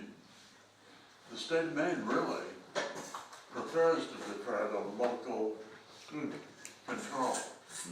But you gotta have control for them to defer to. Right. Yeah, that's And exactly right. that, even that big grow site out on Route 23, Which one? test wells, they are grossly expensive and expensive to monitor. And that's So- the same thing that I mentioned to you the other day, was that we had a dump across the street, Right. and how long did they have to test those surrounding wells? Oh, a long For a time. long time. It was, I mean, it And was they are shut still- down in, what, the 80s? 80, 90s, I Yeah, think. I'm late sure. 80s. Was like it the 80s? 80, Okay. 89, I think. Yeah. And then for 15 years, I think Joe And they said. still go back and they inspect those, Yeah. still to this They, day. the state. Maybe Yeah. that's another possibility too, because I'm not saying that they are We trust operating people like that- dumps, but we don't know because We don't know. we don't know. So along those same lines, I would like to, and I know this is kind of pushing considering you're just getting appointed tonight, but I would like to set kind of a timeline here where we can have at least a progress report. Where are you at? Where are we going? Because time is valuable here. The other part of that is I would like to suggest that we have maybe the town manager or Michelle or Brian look at this moratorium to protect us in the meantime while we are developing this. Because we need to stop what's going on now till we can get a handle on it. We're not looking to drive away legitimate activities that's legal, that's not what the case is. We wanna make sure that we're protecting the town and the people around it. And I would like to suggest that we have, Brian and Michelle work together to bring forward a moratorium for us to take a look at and move Make a forward move on both of those fronts. I think we could do some of that pretty easy, because I could contact MMA in the morning and ask for a legal opinion from them, which they'll tell me to contact the town attorney. But after that, we can contact our town attorney and say, look, we're looking to draft a moratorium for like 90 days until we can get a handle. 180 days. 180 days, okay. And, see what they say, or what suggested language or whatever. So to approve, for the town of Sangerville a moratorium requires, you have to make an ordinance to accept a moratorium, correct? It has to go before the people, is what I'm getting at. Yeah. The Yeah, legislative but body. that's not necessary. If we have to do that, that's fine. It's not gonna take, So that's gonna take 7 days. right, but that's it. I mean, the three of you can say, we need a special town meeting. This is why. We put it out 7 days' notice, and then the people meet and decide. But I don't think that is gonna be something as much, well, this is the most interest I've seen in a select board meeting in quite a while in here. And there's a lot of people that have brought this concern to me that aren't even here tonight. I suspect, the townspeople in this town would pass that very quickly with very minimal concern. I don't think that's a concern. I'm not Well, that's- sure as far as with the moratorium, if you have to have a public hearing prior to. I know you do for an ordinance, but I'm not sure about a moratorium. So I can call elections tomorrow and get the rundown on that. Wasn't there one on the solar farm? So, I'm not sure. how long would be reasonable for Michelle and Brian, I'll ask both of you, to have that call made to Maine Municipal and come forward with a draft of a moratorium? Oh, we can definitely do it Or by. process at least. We could do the a moratorium draft, so in a we can, week. Yeah, I mean, we can have it by the next select board meeting. I'd like to actually move quicker than that with the moratorium to, because Can you copy paste them? we know that We could also do a special select board meeting out, like a week out. I am more than willing to provide or be available for whatever meetings are necessary so we can move forward with this. So I have Skowhegan moratorium, Glenburn moratorium, and Blue Hill moratorium that we can look at, that I've pulled off their web pages. Good. Can you make copies for everybody that's on the, Certainly. yeah, so. Yeah. So basically, all we need to know is, do we need a meeting for a moratorium or not? I think you Right. just have to post notice of it, get whatever that statutory period is, and then have the special town meeting and vote on it. Because I think that's the idea of the moratorium. It's, you need something Supposed to happen Now, quick, and then while that 180 days is running, you're working on getting your ordinance put Right. together so that that can be subject to the Yeah. wider. So in the And then- meantime, I have Why don't a you move that, building make a notice motion that just landed the special select. yesterday. Yesterday. A week from That tonight. they wanna and move we'll- Another They one. wanna move quickly on it. Right. I So put off then- the return call Yeah. With the today. moratorium. I've been busy, but. Once we have done the moratorium, then the board itself can extend it. We don't have to go back to the Correct. public every time. We can just go to the board I don't remember after having a So- 180 days. I don't remember having a town meeting on the solar board. So, And you have to base the moratorium on something concrete, which is the municipal permission. Isn't there something they might be violating already?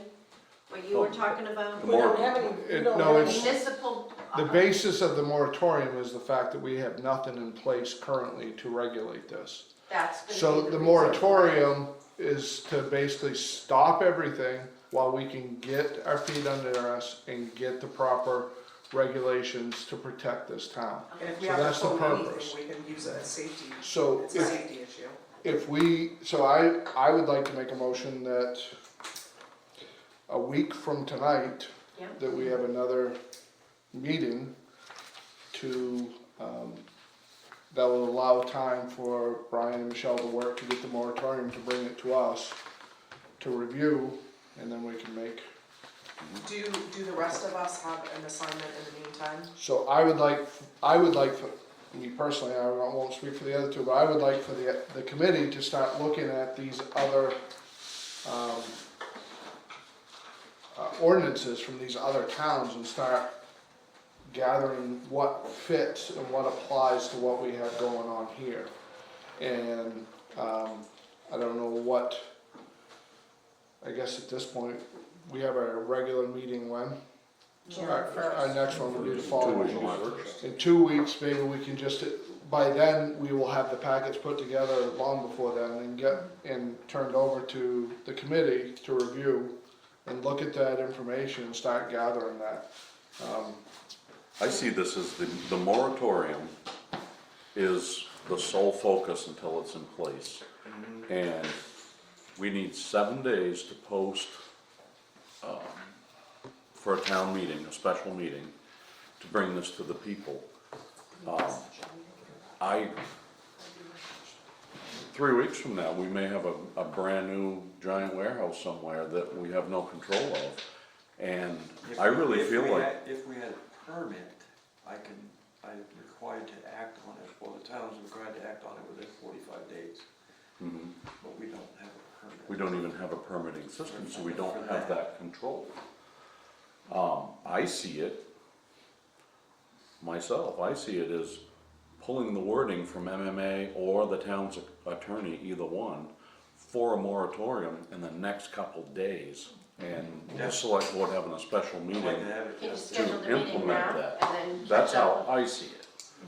I'd like to see something by the end of the week and try to give us the 7 days we need so we could possibly post a special town meeting a Post week that from now. Saturday. Okay, yeah, I was gonna say you could post that and then do the 7 days. So- I fear we're gonna end up with just more and more and more and more, and I think right now, all these things need to happen, but I think this moratorium has to happen. I think it's our sole focus to make that happen, and Is there then move on anything from we there. can do to help you get the information you need then? I Well, guess? I have 3 books.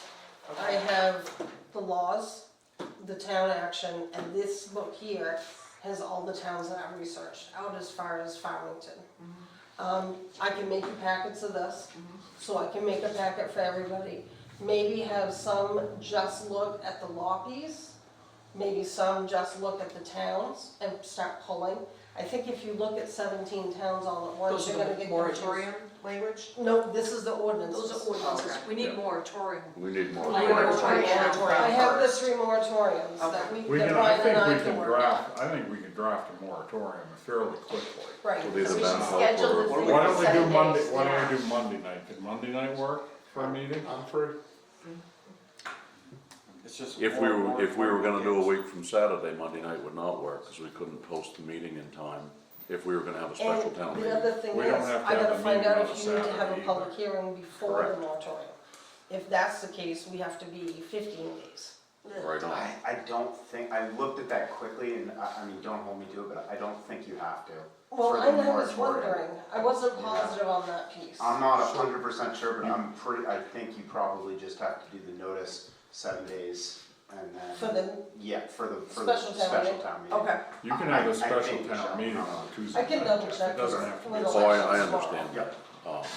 So, I mean, if we met Monday night, we could post it Tuesday morning and have it Can following we, can we Tuesday. post the meeting before we have the paperwork done? Well, sure. Why not? With just the verbiage of what you're trying to accomplish. I think we probably can. Like post it tomorrow? Yeah. Post it for Right now. whatever Yes. day works for everybody. Tonight. Because all you need is verbiage. We gotta put it in 3 locations, right? We're in a situation where this needs to happen I have a sooner question. than later. If we're scheduling a special town meeting, are we gonna be able to put our issues on the same time? Because No. you talking about, Piggyback it, what's that? piggyback it. Yeah, because we need a special town meeting at some point as well, is what we were talking about. No. I No. don't think you can. I don't know that you can either. It's just trying to take advantage of the situation. Right, having a special town meeting, have people Logistics, gathered get the for it. logistics of what they need done. The answer to the questions, I don't know, Matt, but I will look into it. That's a fair answer. I don't think anybody does know. What is the moratorium against? What are you gonna title it? It Is will it be development of growing of ordinances. any marijuana, any building over a certain size? Cannabis policy. I mean, Cannabis yeah, cannabis establishments. moratorium. Establishment. Cannabis establishments. ordinance. So more is Yeah, against it's any establishments. more, or it doesn't shut down the It does, operating one? it does No, not. a moratorium, we can't do anything about the ones we Well, have. because when they put in an application or a building notice, it's never labeled cannabis, it's a warehouse. That's a key. And they won't say it's for cannabis. Well, Well, the that- thing is, if it's gonna end up with some safety, health and safety regulations, no matter what, marijuana affiliated or not, they're still gonna be held to that standard, whether they're already licensed, whether they're grandfathered or anything else. If their building is unsafe, that's still gonna be an illegal structure. Right. Correct. So, That's all, but the moratorium is to stop anything new from this point forward while we get this in place. Any new. There's gonna be other work that's going to need to be done with the existing ones, and research that's gonna need to be done with the existing ones to deal with, to make sure they come in compliance. And that's something that the committee will be we will ask the committee to look at as well. But I think we need to move forward with this moratorium to get this stopped at this point, to stop the bleeding, and let's get our feet under us and address this. But he does have a good point though, Yes. because if they decide to put the cart before the horse, come in, buy a piece of property, build a giant For a building, and warehouse. then get their licensing from the state, then that kind of. Then moratorium has negates. nothing to do with it. So we wanna make sure that if they are licensed right now for the medical marijuana piece, that, do you see what I'm saying? How So can you that- get a license without having the building already made? Because Well, they that already doesn't- have. It's them two separate processes. established. They have other They can- buildings and businesses It's like you everywhere. don't need a fishing rod to get a You fishing. would not It's believe, the same type of thing. But, yeah, Oh. the names. Oh, yeah. but if you, if you are trying to get a license for like real estate or something, you have to have already taken this class and that class. Yeah, no, this is just a license to be a caregiver, that's it. A license to what? Be a caregiver. Oh. Yeah, and the I state. don't believe they test their product or anything along that line, but each one labels himself as a business, so you've got 15, say, under one The state is so lenient when it comes to these licenses. I know, I mean, I've had for, you know, to license someone, and the regulations are just. Well, almost politics are non-existent. playing a game for They this. didn't do the research when they legalized it. Michelle, I'll come see you tomorrow. They didn't Okay, take here, in But- I'll copy stuff for you. But when the moratorium goes in place, we would notify the Office of Cannabis Policy, there are no more licenses that can be issued while this is in place. Yep. So we need to start where we can start and then move forward from there. There's gonna be other work that's gonna need to be done. Just so long as, right now, they're licensed with the cannabis policy for that. If they're not, we have nothing to stop them from building that building, is his point. Right. So we wanna make sure that the moratorium includes large Future use. structures. If you look at some of the language on the sample moratoriums, they do I'll give you address that. copies of those. Okay. I'll It's make for those copies, expansion, but- changing in Yeah. the way Can they you are. limit the square footage? The ordinance will include. The But the ordinance, moratorium, the can you, moratorium. No, can you limit? Well, the moratorium doesn't matter, cause there's nothing going in place. it's not Nothing saying as it's far as what? building or creating No, or So you can't build a house. No. for No. cannabis, because it says. Yeah, but they're not, they're gonna That's get what I'm by. saying. If they're Just not like a warehouse. licensed with the cannabis just building a policy, then warehouse they're or a just big building garage. or whatever. I got a 30 by That's the- 50 truck garage down there, I can start growing cannabis. So that means when she comes to us and says, hey, I'd like to build a garage, she's not gonna be allowed to? We Right. have to make sure that's included in the moratorium, Right. I think. It makes sense to me. There's gotta be a future use clause. It's in there, it's in the There's language. gotta be If something. you look at this, if you look at the sample ones, Okay. I didn't read the Blue Hill one. I just don't wanna really, waste a but lot that's of very time. in depth. For you, copying there's something. things I that did don't this need to be thing copied yesterday. right now. Also, if we construe this as a public health hazard, okay, that can be part of this moratorium. It's very generic, but in fact, the state stands behind that kind of stuff. And I think that should be part of it. We agree, this is a potential To public health study the hazard. potential It's that impacts, stuff in there. Yes. something like that. But the way Sangerville's permitting system is lined up, they don't need my approval. Right. So That's the- They that's could the- start building it, they could have started building it already. That's the problem that There's we a big have. hole in our system, we have no building permit. But this is something They're that gives shoreline us a building. place to start. Well, and like Jamie already said, I mean, that's one of the specific ways that a moratorium can be justified. We don't have anything in place, we need this sort of waiting period, this, you know, kind of planning period to figure out how best to move forward. And I think that's the basis for the whole thing. And base it on to sideline a public health hazard. Yeah, we're protecting all our that- citizens, all that basically, gets rolled in. and we're exploring where, we know there's a problem, and we're exploring it. I mean, These- it's logical. These items that Jamie read off, every one of them is a legitimate concern for us as a And that's town. the responsibility of the town. And to Michelle, the protect state already has laws, Okay. right? The state must have laws. So, I want a copy of that. So, all online, John. So, What? we didn't make All a I All want- decision. all the state stuff is online. Okay. we need to make a decision as to when we want There's not much. the moratorium brought to us. I'll When, look it up. No, there's Right. not. so, Look at I'd Title like- 22. I'd like to see it yesterday, and that's not possible. They just sit here sometimes when I You don't can look look up at the them. Office of Cannabis But Policy. Michelle, can you do a meeting Monday? Michelle, so we're gonna need a if motion. we do a special meeting, We will. can you be here Monday for them? Yep. Yeah, Title 22 and Title, I can do it, I can do it. 30. Mhm.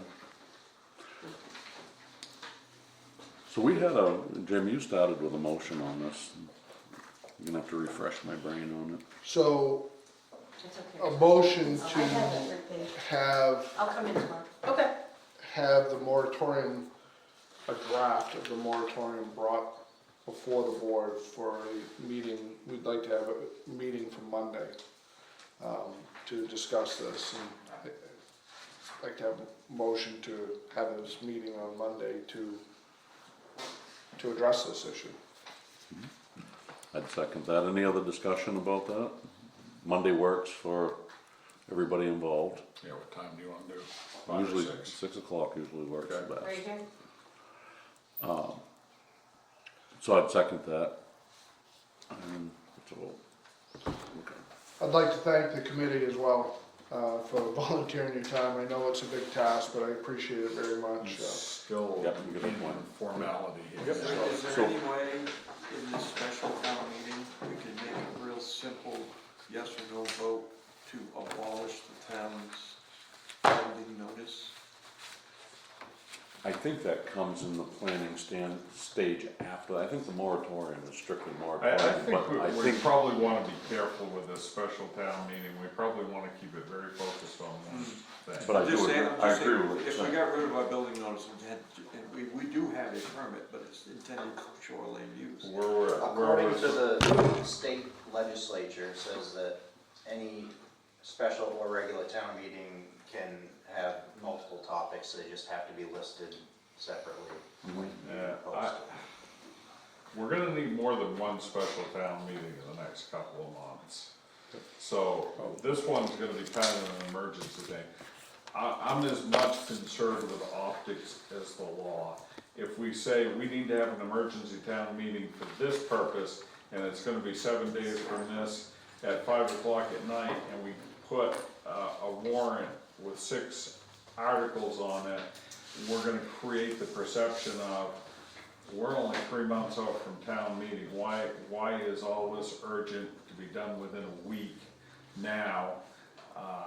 So I think we can still, we don't necessarily have to wait until next March for every issue to come before the legislative body of the town, but we need to give people time and explain what we're doing so that there's total transparency and nobody's concerned we're trying to put something over on them. And by doing this special town meeting for the single item of voting on a moratorium, there's no hidden surprises. It's like, okay, this is what we're saying we're doing, this is what we mean we're doing, this is all we need you to come up and do. Then we can look further down the road, and we're gonna have, probably by late summer, early fall, we're gonna have to do another special town meeting. We'll have a few weeks' time where we can communicate to the people why these issues weren't on their annual town meeting and why we're asking them to come out to a special town meeting and consider them now. Does that make sense to people? Yeah. I'd like to raise an issue if I might. We're having more than one issue that we take up to the special town meeting. I know we kind of deferred the topic earlier, but we have a fire truck that's out of service. Oh, that's an emergency. And it is an emergency issue. Right now, we have, and fire chief can talk more about this, but, we have mutual aid coverage that's being provided by other towns for the time being. But we do have a serious issue with a fire truck that's been deemed unsafe to operate. Yeah, and we understand that, but I think, I think that the townspeople, if we bring up this issue 3 months from now, or whenever it is that we do the regular town meeting, the townspeople, I know that myself personally, I'd be like, well, we had a special town meeting here when we already knew about this problem with the fire truck. Why wasn't it addressed at that time? I think that the fire department, that we can provide the language, that we would, like to bring the topic to the town, so that it's not a burden on anybody else here. But I'm just saying, I would like to see that the issue with our fire truck brought before the people. and I'll stand behind you, Andrew and Matt, and say, yes, this is a serious issue. Yes, we need to address it sooner rather than later. I just want to really, where we're doing this as an emergency special town meeting, I'm very concerned about confusing issues but that's really the select board's decision, not my decision. And the other side of this special meeting we're talking about trying to jam in the next week is strictly the moratorium piece of it. This committee's gonna, they're gonna be under fire to get some stuff done rapidly, and then the things that this committee does need to go right directly to the people while this moratorium is active. And as far as appropriate timing, I think that's, the moratorium thing, I'm not sure it's appropriate timing for what we're trying to do. Not downing the issue we have with the fire trucks, it's a real issue. But I don't think that second special town meeting is that far away. I mean, it's gonna be as close as soon as you guys can get this pulled together so we can bring it to the people to make a decision. You could have one every week for the next 2 months. You could, Let's hope- as Lance is correct, there's no limit on the amount of times we can go to the people. But we do have the burden to make sure we communicate very clearly to the people why we're asking them to come back for these special town meetings. And My I think biggest as long as concern- we do that, I think the people will be fine and will support, or we'll have good, honest debate the way a town meeting is supposed to have on any issue we bring to them. My biggest concern with it is that we've asked the two towns that are covering our lack of a tanker right now to do it until we can get it situated. What are they going to say? They've had a town meeting, why are they not addressing this? Why are we still helping them? They're not even addressing it. I'm pretty comfortable explaining that to the town managers, the select boards of those towns, I know all of them. And the other little piece of that gives me hesitation is, I understand the fire truck problem. I don't have a complete grip on the numbers, the process, what we're gonna need to do to make a real correction to that problem. We're gonna try to cram this in the next 7 days, and I don't know if that's enough time for us to make the decision what to present to the people. We've got some figures on a new truck, we've got some of the homework done, but I just don't think we've got the legwork under us to bring it to the people. It's not enough time for $500,000. Are they charging them? What's that? Are they charging the town of Sangerville to use their? Mutual aid. Not yet. Is this But the other side of that, Matt, and I don't want you to feel like we're kicking the can down the road on the fire truck thing. This moratorium is a very short-term thing, and the legwork of this committee has gotta come back to the people for an ordinance to pass, which would give us enough time I to get completely through this. understand. You guys make the calls on it. I'm just bringing all the concerns from my end. And they're valid concerns, Matt, we don't wanna. We're I good. have departments that I have to explain to, because they're asking me what's going on. I have guys that I have to explain to that are asking what's going on. And I have residents that call me and ask what's going on, so. Is this thing off the road? Yeah, it's at the town garage, it's off the road. Not in service. Says it right there, out of service, tanker 8:30. Catastrophic failure. Major failure, it's done. I'm just not sure we can pull the verbiage together in time for what we're trying to do with this moratorium. Schedule one for the week after. That gives you a full week to get paperwork Or done. go mid-July.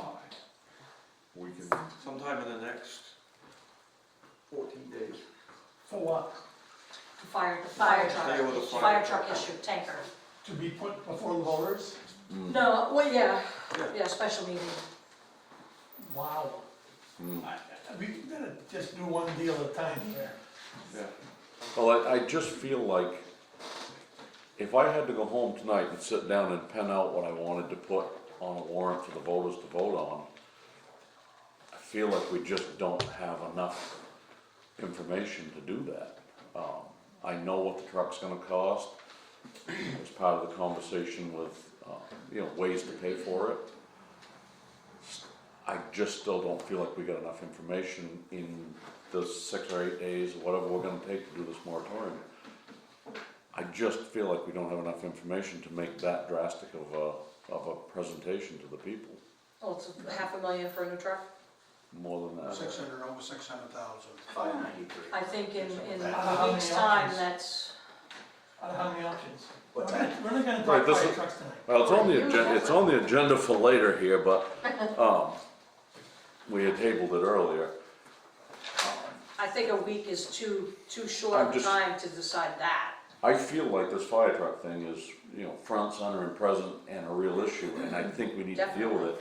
I just feel like I can't, and I'm talking for myself, but. The biggest problem isn't even the fact that it's on you guys' plate. The biggest problem is that it was brought up for the last 3 years, and Right. it took until it had to come off the road to deal with it. That's how That's things correct. happen, unfortunately. And it was a compilation of things. I mean, we had 2 trucks that went off the road, and we've dealt with one as a Band-Aid solution, but we've dealt with it.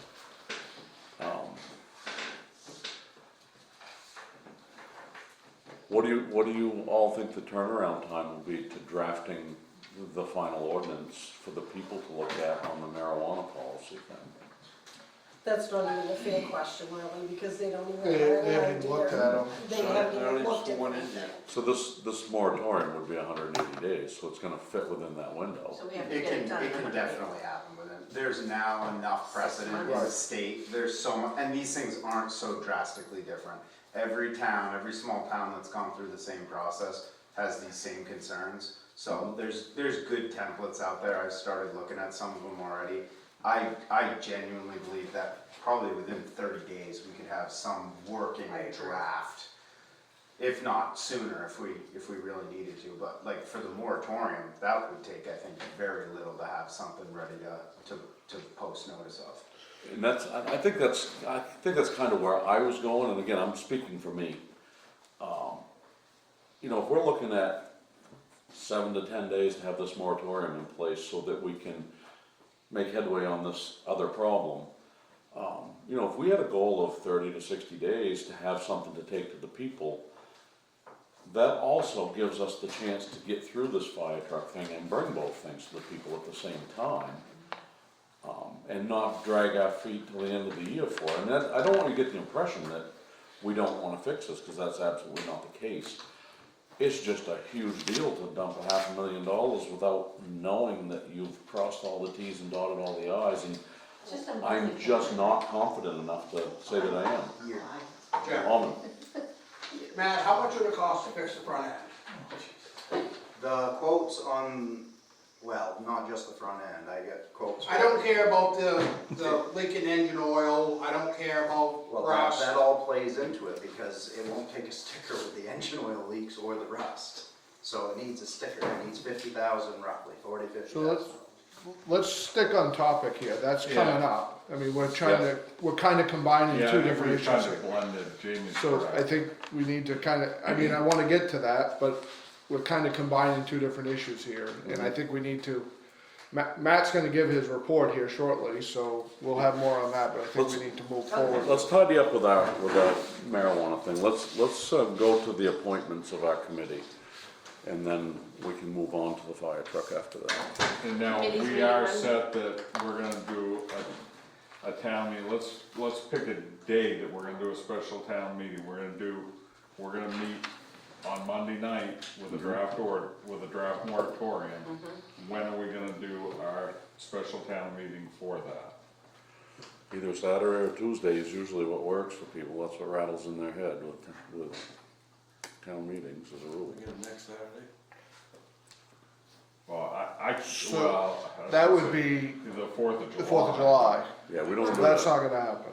Why don't we look at doing Tuesday Saturday's the 4th, 7th. Tuesday would be the 7th. Why don't we look at Tuesday, July 7th as a I'm gone, Okay. that whole week, I'm gone. Kelsey can do the town clerk piece if she, Well, next Thursday. I don't have to be there for the town clerk piece, but, that week I'm out. So we could actually, Well, if, theoretically, next Thursday could probably work. so if it was posted tomorrow, Yes, and it can be posted tomorrow. that opens up the 27th. That would be not this coming Saturday, but the following Saturday.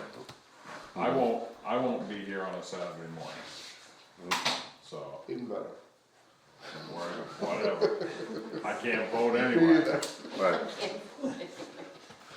You don't live here. So does that sound all logical to everybody? Does that sound workable though, as far as posting it and having it for the 27th? Mhm. If that's what you wanna do. My thing is I have dialysis Saturday. Yeah, I understand. can't miss that, so. I understand. Why does it have to be Saturday morning? It doesn't have to be, but there's no reason that I have to be there either. Okay. Right. Just long We as can you do it during the week, but everybody's like, oh, yeah, you do it like 5 o'clock at night or something. Well, do we have a better turnout weeknights or Saturday? I think the turnout's gonna be, the answer's gonna be the same, Yeah. you know? The people that feel passionate about this are gonna show up to You're not vote gonna get for the them. turnout you get like a regular town meeting, but you'll get turnout of people who are You get 30 people maybe. serious about it. Yeah. Yeah. So do we I wanna think do you that could also- Saturday morning? I don't know, I almost think you might be better off doing a Thursday night, like a week from tomorrow night. If we post it tomorrow, we can have it a week from tomorrow, Mhm. on a Thursday. Yep. 25th. I'm not opposed.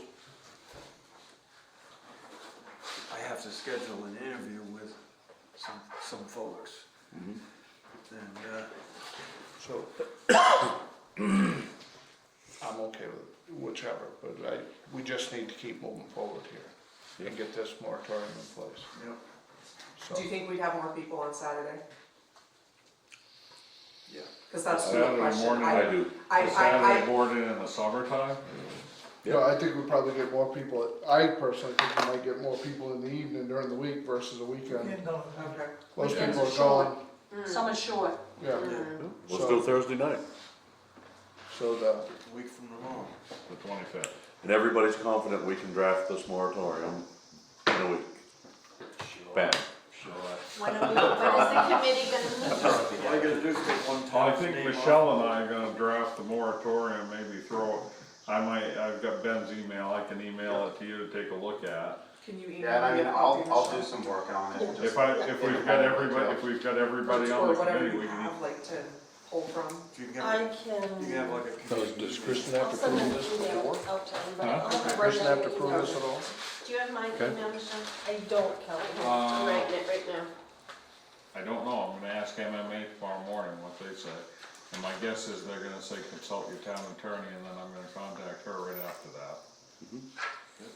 Did you find some local towns that had a successful moratorium in place? Yeah, I mean, Similar to I think, how again, I you think emailed Dover me. did a moratorium at one point too, when they were first considering the opt-in versus opt-out. I think, I This is seem to probably- remember. Probably online. Yep, yeah, well, and I was gonna ask Michelle, did you get all that stuff just right off the internet? I did. I went to every town's, that makes it I went to every straightforward. town's Yep. website and pulled this stuff. Yep. Did you pulled over? Yep. Okay. I think I might have been on the select board actually. moratorium. when that- when we I did got that. the So that orders. was a while ago. Yeah. Kel- Okay, so let's do a little housekeeping stuff here. We've come up with a date. We're doing it Thursday night, 25th, 25th. 6 o'clock. Gotta get home first. It's gonna be fast. Do we have the fire station for that, Matt, or do we need to go up on the? I don't know what the calendar has. Michelle has a. Did you have it in your email? Yes. Does anybody? I don't think I have the calendar on my phone. Usually there's not a lot of stuff. on the So we need to phone. contact the moderator for the meeting. Yep, I can do that.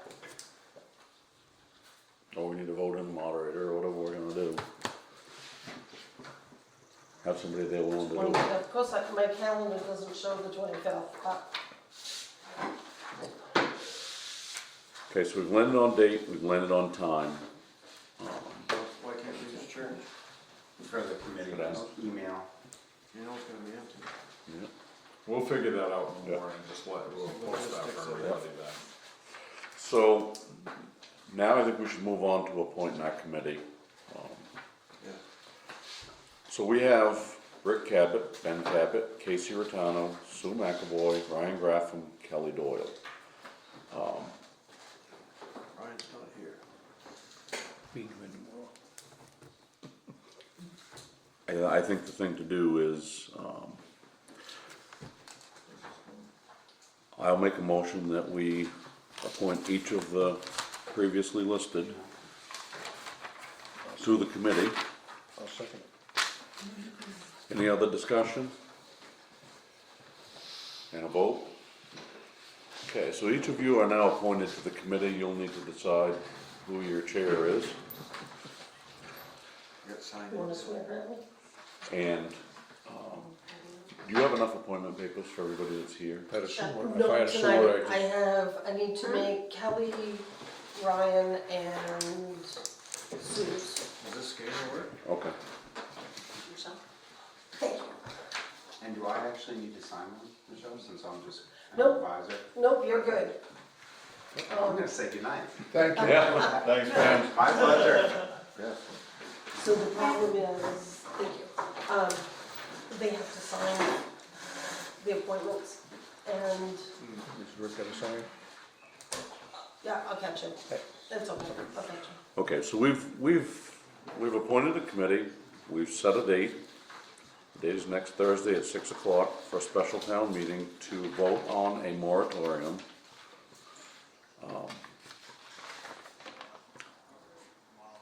And that pretty much sums it up. Do you have the appointments? I can see them right from here. You, as a board, have to sign those. We only have 3 though. Yep, I have to make the others. Okay. I knew about these 3. We can't copy it, or either? That No, doesn't, because they Oh, made to it get the names on it. specific. Yeah, it's made specifically to each person. Got it. So you email it, I can sign it, and it'll be signed? Yeah, that's legal. Okay, I okay. do that all the time. Yeah, just send it to my email, and I'll Okay. sign it tomorrow. Okay. Jamie's no place to sign it, buddy. Hey, good. I don't need to sign it. Yeah, Jeff takes up all the room. I have a nice I don't know why one. that is. Huh? What you don't I like. don't know why that is. I don't know, I'm But always the ones fine. that are, They come up with their own. Your signature It's looks been built like on my so far, heartbeat it's monitor. good, yeah. A lot of It that, talks about safety and health risks. a lot of that, what you're reading is actually ordinances. The 2 in the very front, This In the is cover. Oh, you know, you want, are you Just looking also at the present. moratoriums, or do you want the ordinances? moratorium. All right. I guess we've been running so long, just 2 guys. On to the There's next. 2, Yep. Oh, okay. All right. and then Glen Burns is in there somewhere. Okay, so now we're gonna move on. We started the discussion, we had previously tabled the fire truck, because Matt wasn't here. So now we're gonna bring that subject back to the front. So Matt, what would you like to know? I came to you guys with the issue that the truck was out of service and needed a whole laundry list of things to take a sticker. We discussed it amongst you guys and myself and Brian. We kind of figured that $40,000 to $50,000 in a 1993 truck with 400,000 miles was probably not something we were too keen on doing. We looked at the used market. A 15-year-old truck was running around $300,000. That was pretty scary. We looked at the new market. We looked at the fact that we need to replace our pumper in about 8 years anyway. So long-term goal to set the town up seemed to be the most logical to look at the new truck purchase as opposed to fixing or buying used. Fixing or buying used are both options. It does not fix the pumper having to be replaced in 8 years if we do that. So if we buy used or fix, then we still have 8 years before we have to spend $500,000 on a new pumper. If we purchase a new pumper now for $593 or $593,000, we purchase a new pumper and a tanker at the same time, which buys us 20 years, roughly.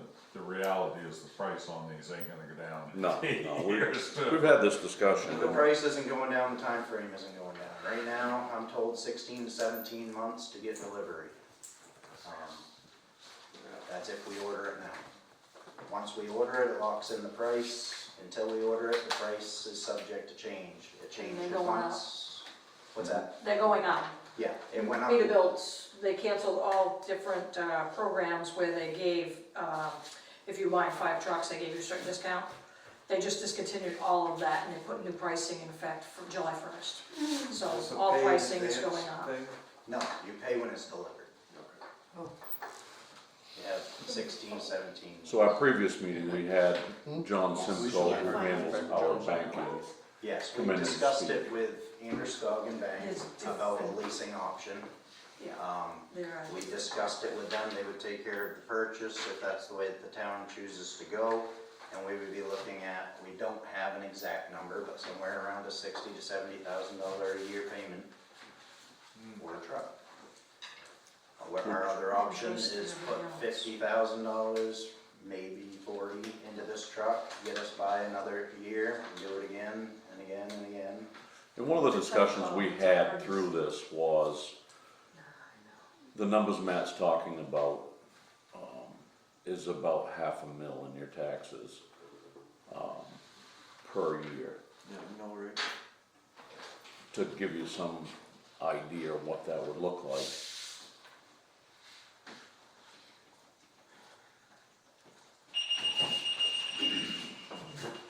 Haven't there been a lot of sales in Steinville, though? The prices of the houses have gone up, so you guys must be taking in quite a bit more money than you were last year or the year before, aren't you? Unfortunately, in our world, the expenses, like, we just had a conversation about doing this road. The property values have increased, our revenue has increased, and the cost of doing all the things we do has increased more than what the property values have. And, So you buy a mile of hot top now versus then. Everything is relevant. Dover. So we're gonna have to pick up the conversation, I guess. Okay. we just recorded 104 tax liens. That's people who have not paid their taxes. is that a record? It's gotta be close. That's close. Have we looked at any, grants? There's We no have. grants available. We have. Do you have Really, an option? the problem is they're so competitive, and, like there's a lot of grants from the US government or the state government. The big political connected places are getting 90% of the funds. So, Piscataquis Forward just hired a grant writer. It might be something worth having a conversation about. And I guess the problem is too, it's not, Yes. Yes. Can I just say that Matt has written many, Right. many grants for the fire Yeah. department, gotten this town so much money, I don't want him discounted for something. Oh, good God, no, Oh, no, and no, that's no. not, that is not what I'm trying No. to do. The only thing I'm saying is that this woman that came and presented to our board, we have a 15 member board for Piscataquis Forward, and when she came and spoke to us, it was, I mean, we're talking, Eye-opening. it was extremely eye-opening. We're talking about maybe a couple $1,000s for a targeted, and she searches everything And and I understand everywhere. that, and I also don't think it's very fair to discuss this now that the entire fire department we've had. I know.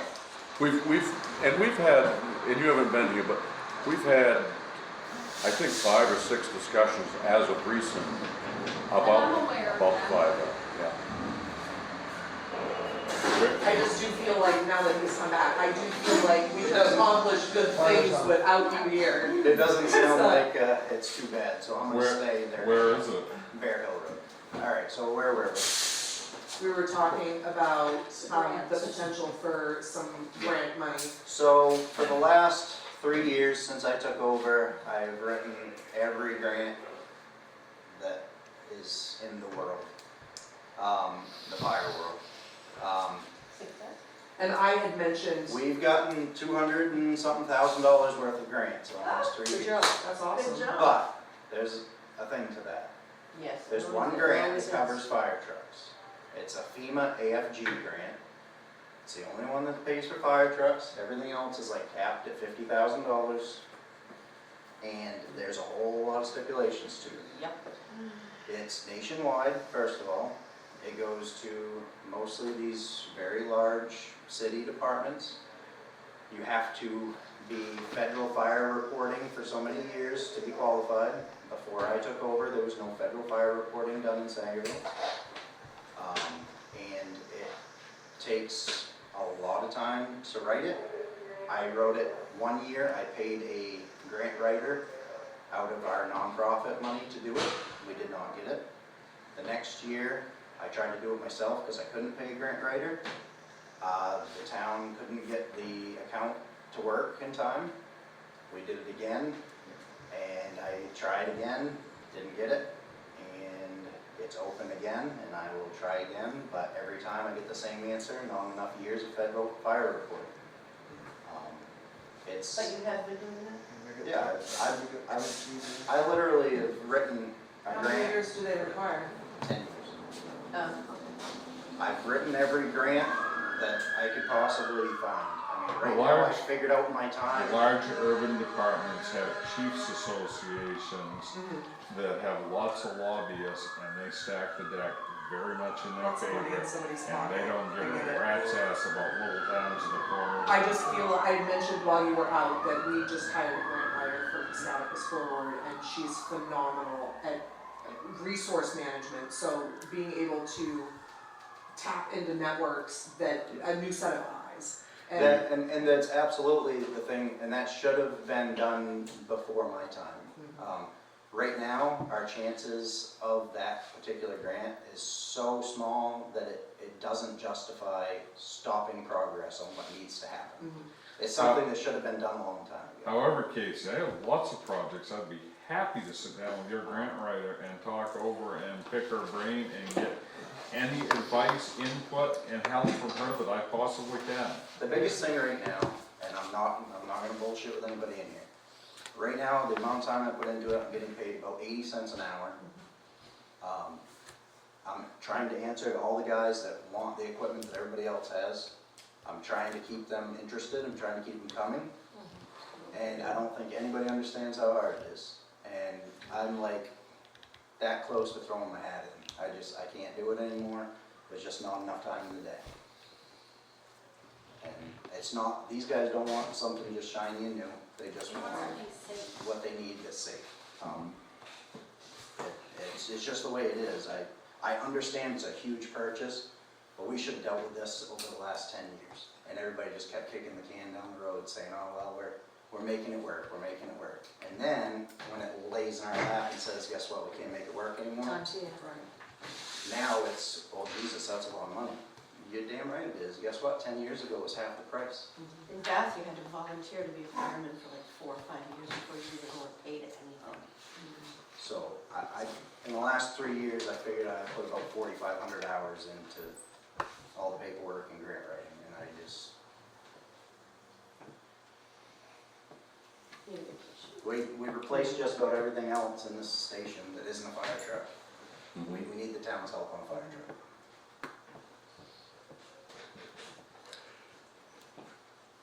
Sounds And like you're we not, need to and get you're not getting any disagreement from us as a board, we agree with you.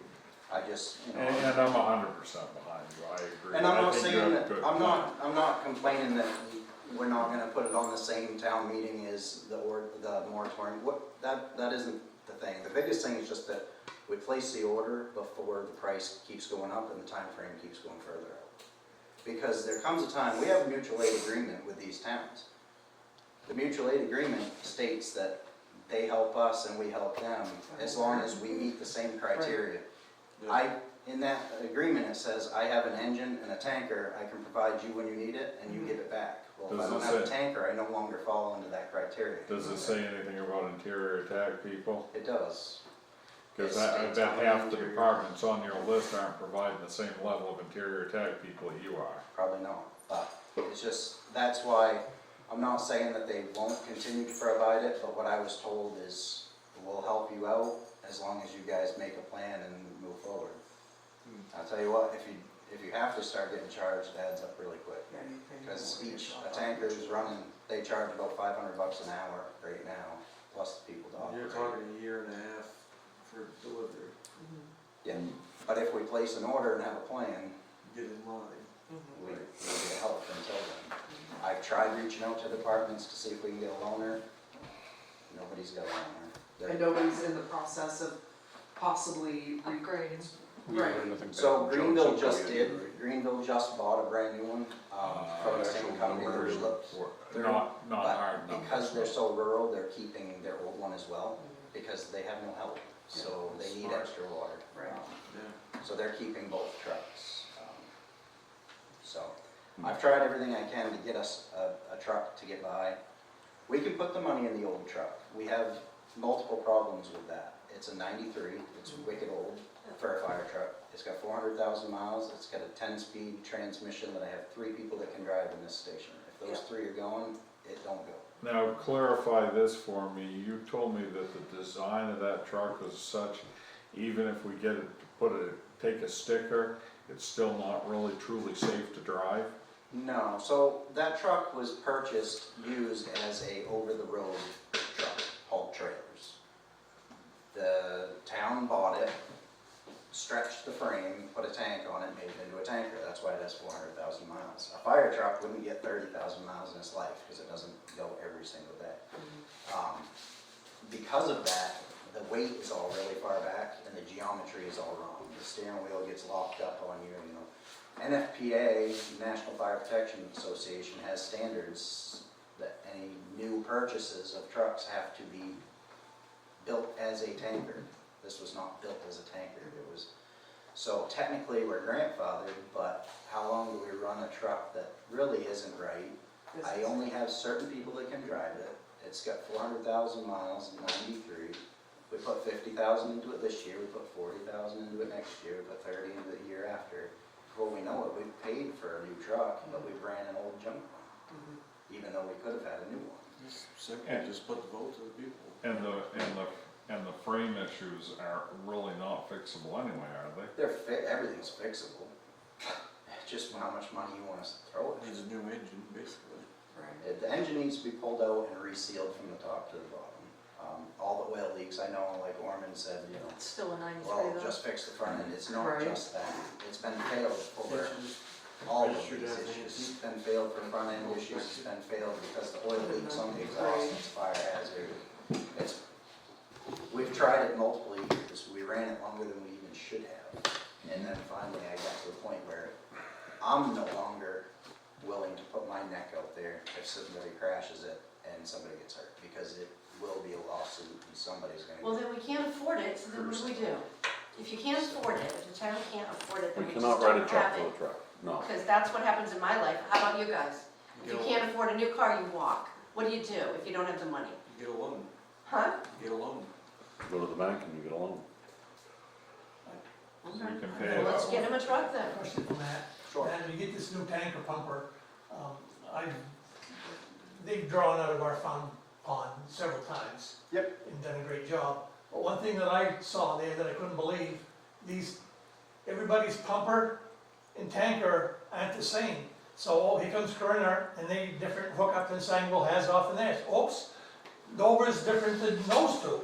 How do you get all the rings and everything to fit, We to have with you, or is that the responsibility of the assisting? I mean, No, we keep, it was just a convoluted mess. we The keep departments adapters. have been working together over the years to try to standardize it. Well, We keep adapters for all the ones that we know are different, but like Brian said, we all get together and say, hey, we're all gonna use 6-inch NH fittings, like. Okay, so, that's. So, but for years past, it wasn't always like that. I know what you're saying, George. When I was on Vernon, we had a hydrant bag for Dexter and a hydrant bag for Newport because they both use different Well, fittings. yeah, but there was a lot of departments there, and they did a great job, but there was a lot of confusion on what they needed for what to get, to fill the trucks. So my understanding that he needs to have something drafted in order to have a special meeting?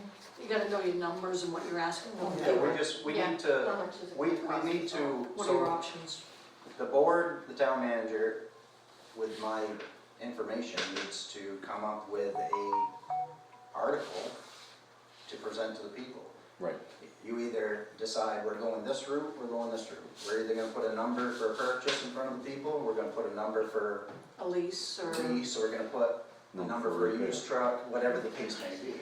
And then that article goes in front of the people. If you choose used isn't the best option, we think new is the best option, then we put an article together to lease a new truck for this much money through Androscoggin. Do they lease? It would be basically a lease through Androscoggin Bank. They would pay the full amount of the truck, and then we we would pay them back. And then you don't. So you essentially buy it. Oh, no, it's not a lease like you have to give it back. You're buying it and then making payments It's back. basically, So at the retail at the end of the contract. lease, you own it. All right. So it's like a just the way retail they contract. state it, yeah. But the lease requires maintenance, am I right? No, it's not a true lease like that. It's Oh, like if it's you went to basically buy a retail car. contracts. If you went to buy a car right now, Installments. it's the same thing, but they call it a lease. Okay, But okay. all it is That's what the confused me. purchase price of the truck plus their whatever percent they agreed on. And you pay a payment on that until it's paid off, and you own it. And Okay, something- my complaint is the maintenance again, cause, right, like the Preliminary. maintenance, how do you? Well, your If you get a brand new one, like there's gotta be money in the budget to get it. There is, Yeah. there is. Okay, His okay. budget has maintenance in it. Okay, It's okay. with this Yeah. warranty, On the truck, yeah. so certain parts of the truck have different warranties. The chassis itself would have a Freightliner warranty, so whatever they're offering. Okay. The body of the, and the tank are lifetime warranty. It's an aluminum body with a poly plastic tank. So with drivetrain. lifetime. Drivetrain falls under whatever 3-year. Freightliner gives you. 3 years usually on the transmission, rear ends, front end. Engine's usually 2 years, but if it's a Detroit, which would be a Freightliner, 2 years It's for a half a Cummins, it would be a Cummins engine. it would be a Cummins engine, so that's a 2-year warranty. But you can get extended warranty, which Yeah. I'd probably look at. So here's the other little piece we're all talking about, not everybody's been part of all the conversations. When we first started talking about this, you know, we were looking at the budget to pay for it. Our fire department, when I took over, and then Mike, and now Jamie, our fire department runs on less than half of all the neighboring communities budget-wise. If we added a fire truck lease or a purchase or a bond or whatever we're gonna do to the tune of $60,000 a year, that would put our budget right in line with Monson and all the other towns around us, because this department has run on a shoestring forever, which is why we have a bunch of trucks that do not work.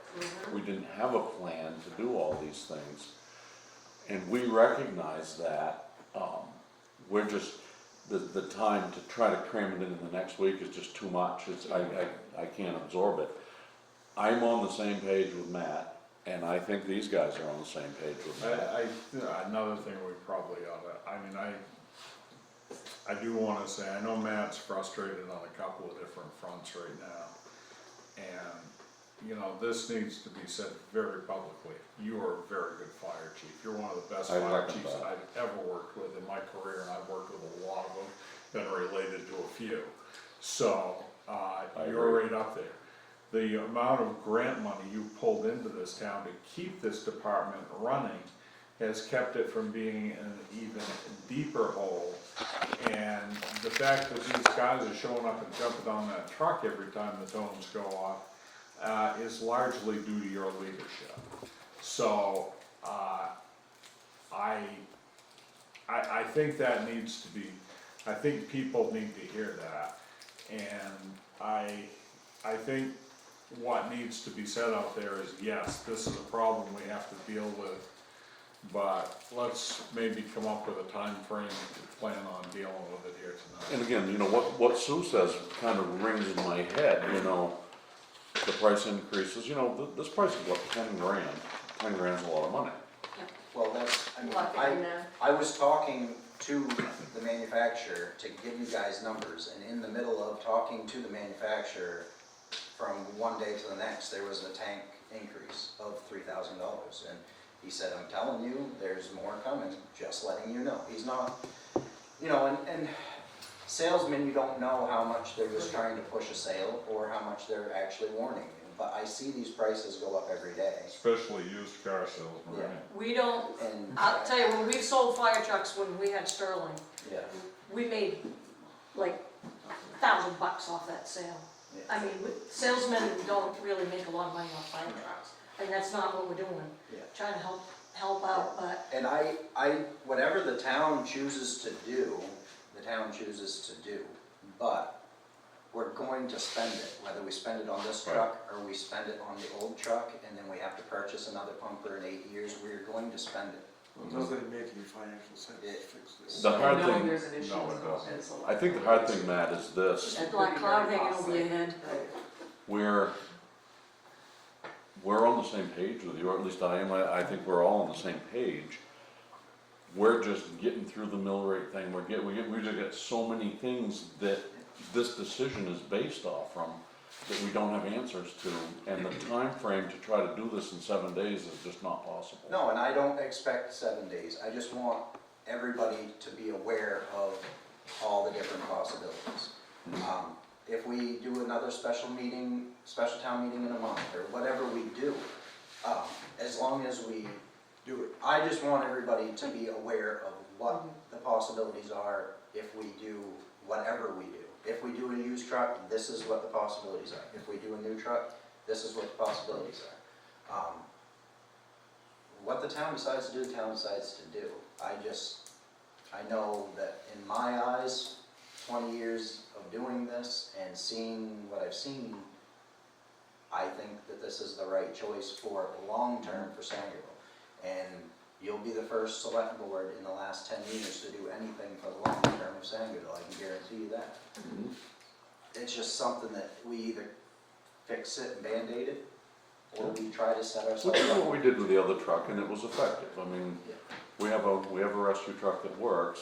Was it ideal? No, it wasn't, but we went into that decision knowing that this other truck was, is really more important. You said it at the last town meeting, that this truck is gonna So, happen. I brought this issue up for the last 3 years, and I'm not throwing blame on anybody, but I brought it up as subtly and nicely as I could, but While still the try truck was to still get running. the point across. And until you start really talking about it, like, I don't mean to be in your face or aggressive, but until you really ramp it up, people don't listen. They just don't. Just schedule it for. It's not a problem until you make it a problem. It's been a problem for a long time. George. Well, the issue I see is it's not the buying of the truck per se, or, you know, the fire department and the select board have to be on the same page. The citizens are gonna need and want to know the options, the cost of those options, Right. and so on and forth, you know, and have a special meeting for the fire department, this is why we did this or that, or, I mean, you need to.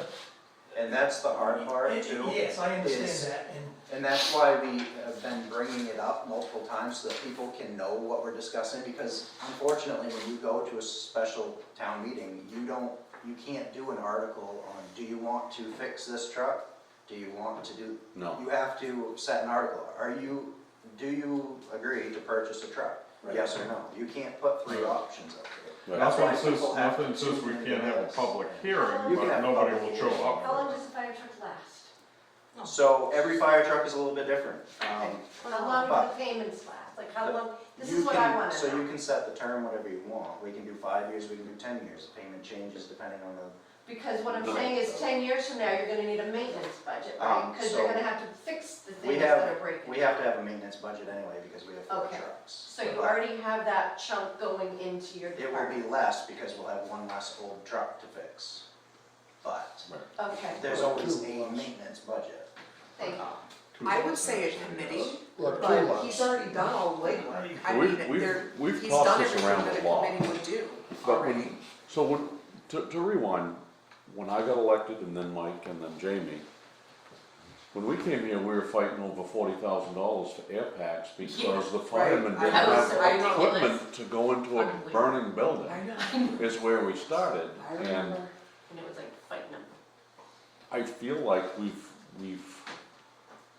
Exhausted all the mostly options. because of Matt's efforts in chasing grant money, our guys are all in new equipment, all new breathing equipment. Right. And a lot of that is the money that he's chased, the Right. majority of it. The rescue truck came up, the thing wouldn't go over 30 miles an hour, it wouldn't take a sticker, it was a pile of junk. And but we also knew we had this truck coming up. So we made the choice as a board to replace that rescue truck with a used truck from A.E. Robinson, which you'd call it a Band-Aid fix, but it's a good enough truck, so we can expect a number of years of service out of it. So that we could deal with this truck, and we are avidly trying to fix this fire department problem, but it's just, So what is the, I mean, what do we need to do? Just schedule it, right?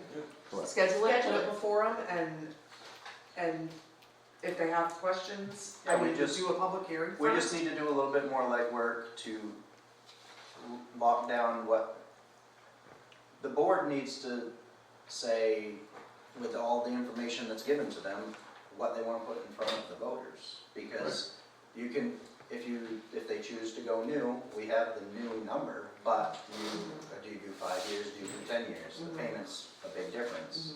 Do you do this? Johnny, You know, Which is why this, the same date as the moratorium is, the reason I'm throwing this up is That would probably be very helpful. we still need to look, we still have some more variables we gotta put into this equation so that that can be accurate. Yeah. And I don't think we can do it, I don't think we can do it in 2 weeks' time. I think we all agree How on that. long I just, do you think it would take I to can, fill in those blanks? I can give them all the information as fast as they can meet.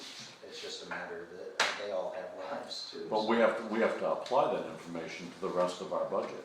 Yeah. We have to look at where we're at, Where you can fit it in. and I think that's kind of where we're at, just this, moving it into this next item is just not, it's just not, no. And if it's not handled delicately, the public just doesn't There you really go. accept it well. You're following. I think what we need to do is keep bringing it back on the agenda for every selectmen's meeting. Every Until meeting. we can say, now is the time to set a date for a special meeting, take it to the people. And I think that there's a good chance to do that if we're going to end up having an ordinance on this other thing. How often do you guys meet? Every 2 weeks. No, first, twice a month. Twice, the first and third Wednesday of every month. Okay. Well, the select board can Only also for do starters, special every town, Wednesday. special select boards meeting, like we're doing Monday night too. Jeff, Yes, and that's kind of where, would be great, I mean, Matt's a great communicator, and you know what he's thinking, and he gives you the numbers, and you just need the time to figure out right. how we're gonna pay for it, mill rates, how's that gonna affect the people? You need to get a lot of information, and When I we go realize to the through the people, we longer you need- go, How long- ching another 10 grand, ching another, I understand that, but if you can sell it to the people and be upfront and honest about it, That's the I ultimate don't goal. think you're gonna have a problem, but, you need to take the time and get it right the first time, and That's why I hope as many people as possible listen to the meetings so that they can get this information, because when we're at the special town meeting for it, isn't it really the time to talk about the options anymore, because you have right. to make a decision. you know? the option that they have is gonna be the one placed in So front of if them. if anybody wants to discuss it, then But, this you know, is, whether And that that's, would give us time to get the bank representative here too. yeah. We can answer any questions that people may have. well, that will be, that's your job. Right. That's your job, don't, Right. yeah. And you still do your weekly blurb, right? Yep. Yeah. So Have to do it tomorrow, So as a the- matter of fact, tomorrow afternoon. So the bottom line is so just the public is this. aware. Get the paperwork ready and get it scheduled. Right, the bottom line is this. I think we need to move forward with it, I don't think we can have it done in time for the moratorium. Correct, no, I think That's kind of where I'm at, yeah. that's where I'm coming from. Yep. But the following window is, if we made that a goal, I think we could maybe I make just- that work. I think if we can get it in front of the people within a month or two, then that's realistic, and that shows that we're working towards Right, a solution. right, by then we'll have been, we'll get through commitment, all the The things that biggest we thing have. is, as soon as we place the order, we're locked in. Right, That's the biggest thing. And we need John to give us a hard finance number. So- they can- We need to, They are. to keep moving forward, I think we need to make a decision here as to what we're gonna do, what else is needed, so we can move forward, rather than just say, oh, we'll discuss it at the next meeting. We have everything from Matt that we need. So we have all of Matt's stuff, but we need the final numbers with those We need hard From- numbers from John. from John. Right. We need interest rates and term numbers, which he said that he was gonna work on and get back to you guys when we met with him the last time. Yeah, I'll contact John. And then Because- you folks can get the public impact numbers, right? Right. Whatever the, Mill rates, Oh, or yes, whatever. yes, absolutely. When they go in- Once the mill rate is set, yes. The price that I was given is the price, unless there's an increase in between then, which he'll let me know. Right. But You have a written quote, is it? So it's gonna be a does it yes or have, no uh, meeting, it's all right? detailed. Well, For the last. you need to think, you know, It's, okay. that we, a good used truck at this point, and then knowing where we're at, knowing we're still gonna have to make another purchase. I mean, there should be two options, maybe, I don't know, but you gotta figure all that out. One of the things that tripped me towards the new truck is to stay relevant, so people get the discounts on their insurances because of the level of equipment we have. Yeah, well, I've heard that, I mean, I've talked to my, and they go, no, that is That's not. because you live too far away from town. Well, so it doesn't, yeah, well, it's not, I got a fire hydrant right there, Outside of the 6 It's mile. not- Yeah. but But I got a again, hydrant, you and remember, that didn't do anything for me. you remember those fire chiefs I referenced that stack all the cards against the small towns, they don't consider that hydrant a real hydrant. Why, because it has water in it? Like California. Yeah, well, okay, well, that's fine, but it works. All right, so we've pounded this to death, we gotta get moving on, it's almost 9 o'clock and we still got another hour's worth of meeting here, so. I don't need to be here, correct? Correct, you don't. His hour's up. His hour's up. Jesus, it is almost I nine. don't- Good day, people. night, whatever you folks need from me, have my Thank you. number. Yep. Michelle, you've got my number. I do, and I have your email. You got my number? Yes. Alright, thank you guys, Thank you. Thank you. Good work, Matt. Thanks. absolutely. All right, moving on, item F is policy review. Well, this one's real quick. I sent the policy schedule review to you. We looked I at sent that. two policies that are due to you. The ethics policy, I saw no reason to change anything. It's a good policy. It holds true today. So we're just asking you to sign that. The competitive bidding policy, I changed nothing of substance. The only thing I changed was in the first paragraph. It talked about us having a public works department and doing what we could do in-house. So that is no longer applicable, so I removed that. Other than that, all the language is the same. And I don't even have a clue what's next on the list for July, but we'll get it out to you ahead of time. Okay. You have two policies to be signed. I know this is mundane, especially with everything else we've been dealing with, but I think having policies reviewed and be able to lay our hands on and have them current and relevant is important.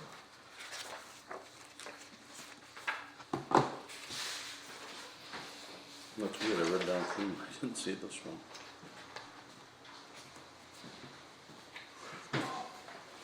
So this is basically a cut and paste of what the other one was. That's exactly a cut and paste of what the other one was.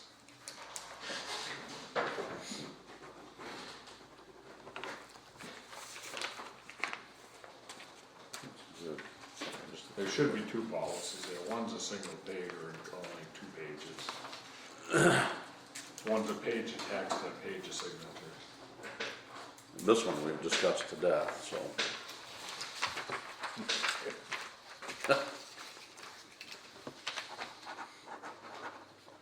Well, teach us to have a quick meeting like we did last time. She's no better than ever have a meeting that quick.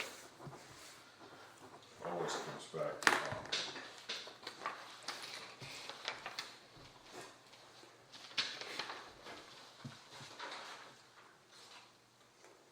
I tell my wife to put the chicken in, so I'm not waiting an hour when I get home. All right, moving on, new business. Dexter Fish and Game Club. Again, this one can be real quick as well. I've talked with Bruce McNaughton several times. About a year and a half ago, the Fish and Game Club came in here when we were first looking at litigation on the South Sangerville Grange Road, offered $5,000. The Fish and Game Club, we did not take them up on that at the time. Correct. There's my feeling, and I think everybody agrees, is there's some ethical concerns with taking money for an outside organization for a town to litigate against one of its citizens. So, however, they did make that pledge to us if we want to.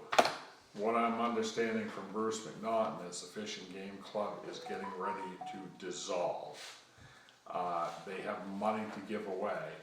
They like to donate money to the town of Sangerville for recreational purposes, but they would like a letter signed by, I suppose it could be signed by me if it's authorized by you, to release them from the obligation for that $5,000. So if you did a quick vote and had it on record that they're released from any obligation to give us $5,000 for legal fees, I'll draft a letter to the club and sign it. So the $5,000 would be used for? What Bruce is gonna recommend is that we donate it to the Sangerville Veterans Memorial Park Association to help with the playground replacement. Which is the next. And I can't think of probably right off the top of my head, probably a better cause in town for that money to go to. The only other thing I can think of would be the docks. I was just thinking. Cinnapon thing. That actually though, for $1,000 next year, we should get 2 new docks from the state, 500 Even apiece. So, I would make a motion that we accept the gift from Dexter Fish and Game, so long as, Well, they haven't formally offered, just move that to release them from the pledge they made to give us money for legal fees. okay, I move that we release them from the pledge. Second. For the legal fees. Discussion? Vote? Okay. That one's easy enough. So that's off the table, and then we'll look at receiving the gift later on, if that's what they choose to do. As I said, the park committee, another group of people in town that's working really hard. They just did a fundraiser last week, got, 409 at the yard sale. yeah, and so they're doing all they can to raise money for this playground equipment. It isn't cheap. You know, we should be recognizing and letting people know that that's a cause that's out there, and we'll put on the town website how people can donate to that cause, because it's a very valuable cause. I also wrote a grant last summer to try to get Glory McKenzie to replace the playground equipment, but we were not awarded, so we can try again in another year.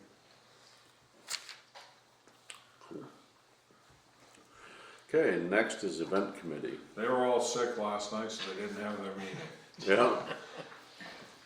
Okay. So there's nothing to report there.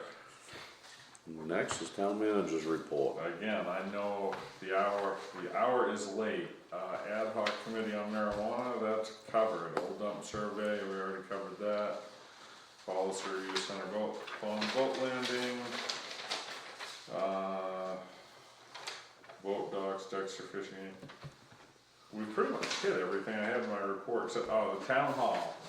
On the 23rd, the Historical Society is having their June meeting, that is Tuesday the 23rd. And I am asking the town hall committee members to meet with them and see if we can get going on some fundraising and a public education, public, I'm not sure what the term is, but get a campaign out there so people know what we're doing, know what we're up against, and can help in any way they can. Planning board, their meeting for June was rescheduled from last Thursday evening to this Thursday evening due to lack of a quorum. They're aware of the ad hoc committee plan. We told them we need a building permit policy as soon as possible, and they're beginning to work on a comprehensive plan using information from previous comprehensive plans. We really do need to get the voters to pass a comprehensive plan in this town. I mean, you hit on that earlier, it is a fact. We're banging our head against the wall without it. So, I'm going to continue to work with them on that till hopefully we can get one past the voters. Or get one to the voters to pass, I guess is a better way of saying that. Code enforcement issue, I went with Lance a couple of weeks ago over on the Townhouse Road. There's residents there that there's multiple families living in one dwelling. They've had sewer system issues, it's overwhelmed the sewer system. I don't know if you can smell it at your house or not, but it has odor at times. Lance, the leach field is just not functional. Lance had them cap that and they're pumping the tank out every couple of weeks. They don't have money enough to put a proper leach field in. I found a grant program with Department of Environmental Protection. We're submitting a grant application to see if we can get money to build in a leach field. I've also contacted Penquist to see if there's anything we can do. Anything Penquist could do, and shockingly, Penquist hasn't get back to me yet. I want to talk for a second about Willard Starboard Memorial Park. I did go to the Abner Wade or Sangerville Masonic Lodge the other night. They pledged $1,000 to it. The guys went to Guilford to Mount Kineo, they pledged $1,000, and the brothers of the two lodges want to get together and help do some fundraisers to raise money for that. We think we can get some money out of the Grand Lodge organization, and I'm looking to try to hit up other organizations that Willard was a key part of it in his life, and I'm also meeting with Dan Starboard regularly to get more information and make sure what we do for a park over there is something that the family feels is truly appropriate and representative of his character. But I think we're making good headway there. I think we're gonna have a park there, if not this fall, by next summer. So, let's see, road commissioner report, Flanders Hill prep work, we know that one well. I've got Orman's crew out doing a little more cold patching this week. I'm gonna be scheduling some minor work on the Thomas Road the next week or two, which is actually significantly under $10,000. I'm gonna ask Scott to do it, so that may affect the timeline with the prep work on the Flanders Hill where he got awarded that bid. But I had some complaints and there's some legitimacy to them. The road committee and I discussing culvert work, ditching and gravel to be done on Silver's Mills, looking at the cost of milling part of the Silver's Mills Road and the Goff Road. We're probably gonna be looking at putting out another bid package a little bit later in the summer on that. Need to replace a couple culverts on French's Mills Road as well. And as I mentioned earlier in the meeting, I'm gonna be putting out a bid package on those trees that we gotta take down on the French's Mills Road. And those are my reports. Just one question, what's the status of the survey on the problem property going up through said guy's property? We are waiting on the courts. So it's a hurry up and wait still? Basically. Okay, all right. What happened was we went to court to get a warrant to have our surveyor, have the judge issue a warrant for our surveyor to be able to go survey the road. That warrant was issued. The gentleman out there appealed that, and so it's now in the appeal process, and our attorney has drafted a response to the appeal, and we're just waiting on the judge on that next step. So that's just to get the surveyor out there? Yes. Okay. No, I don't know. Yeah. That's your legal system. I understand. Okay. Okay, moving on, select board concerns. I think we've pretty much hammered those to death tonight. I have none that we've not discussed.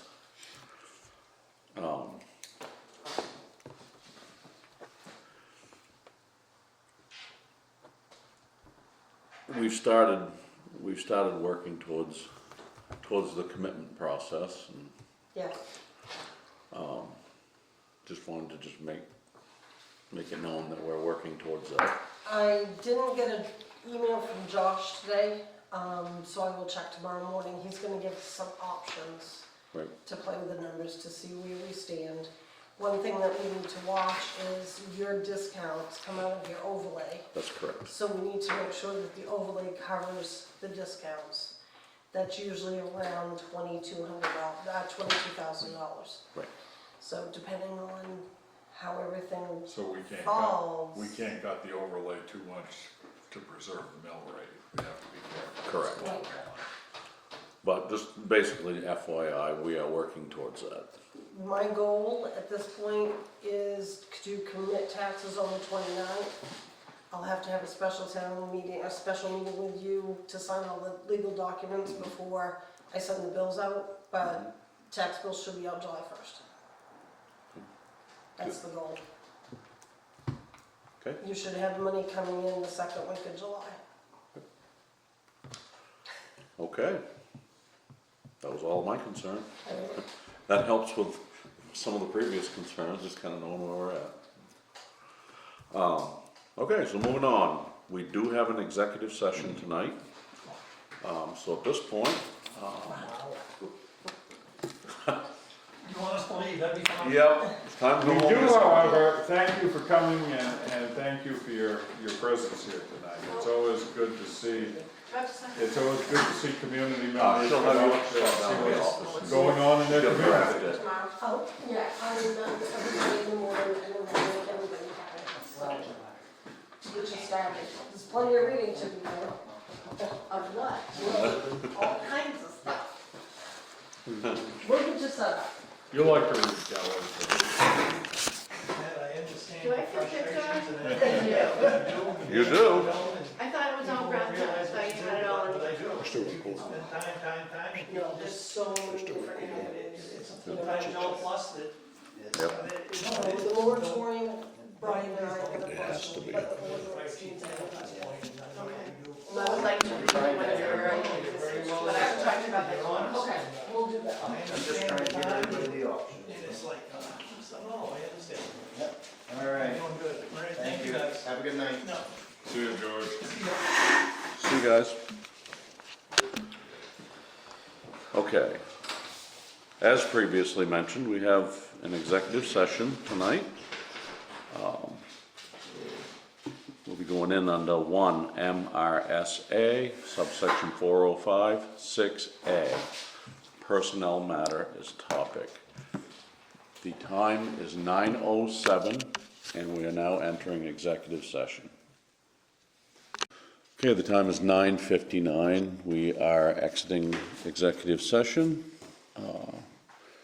Personnel concerns were heard. No action taken at this time.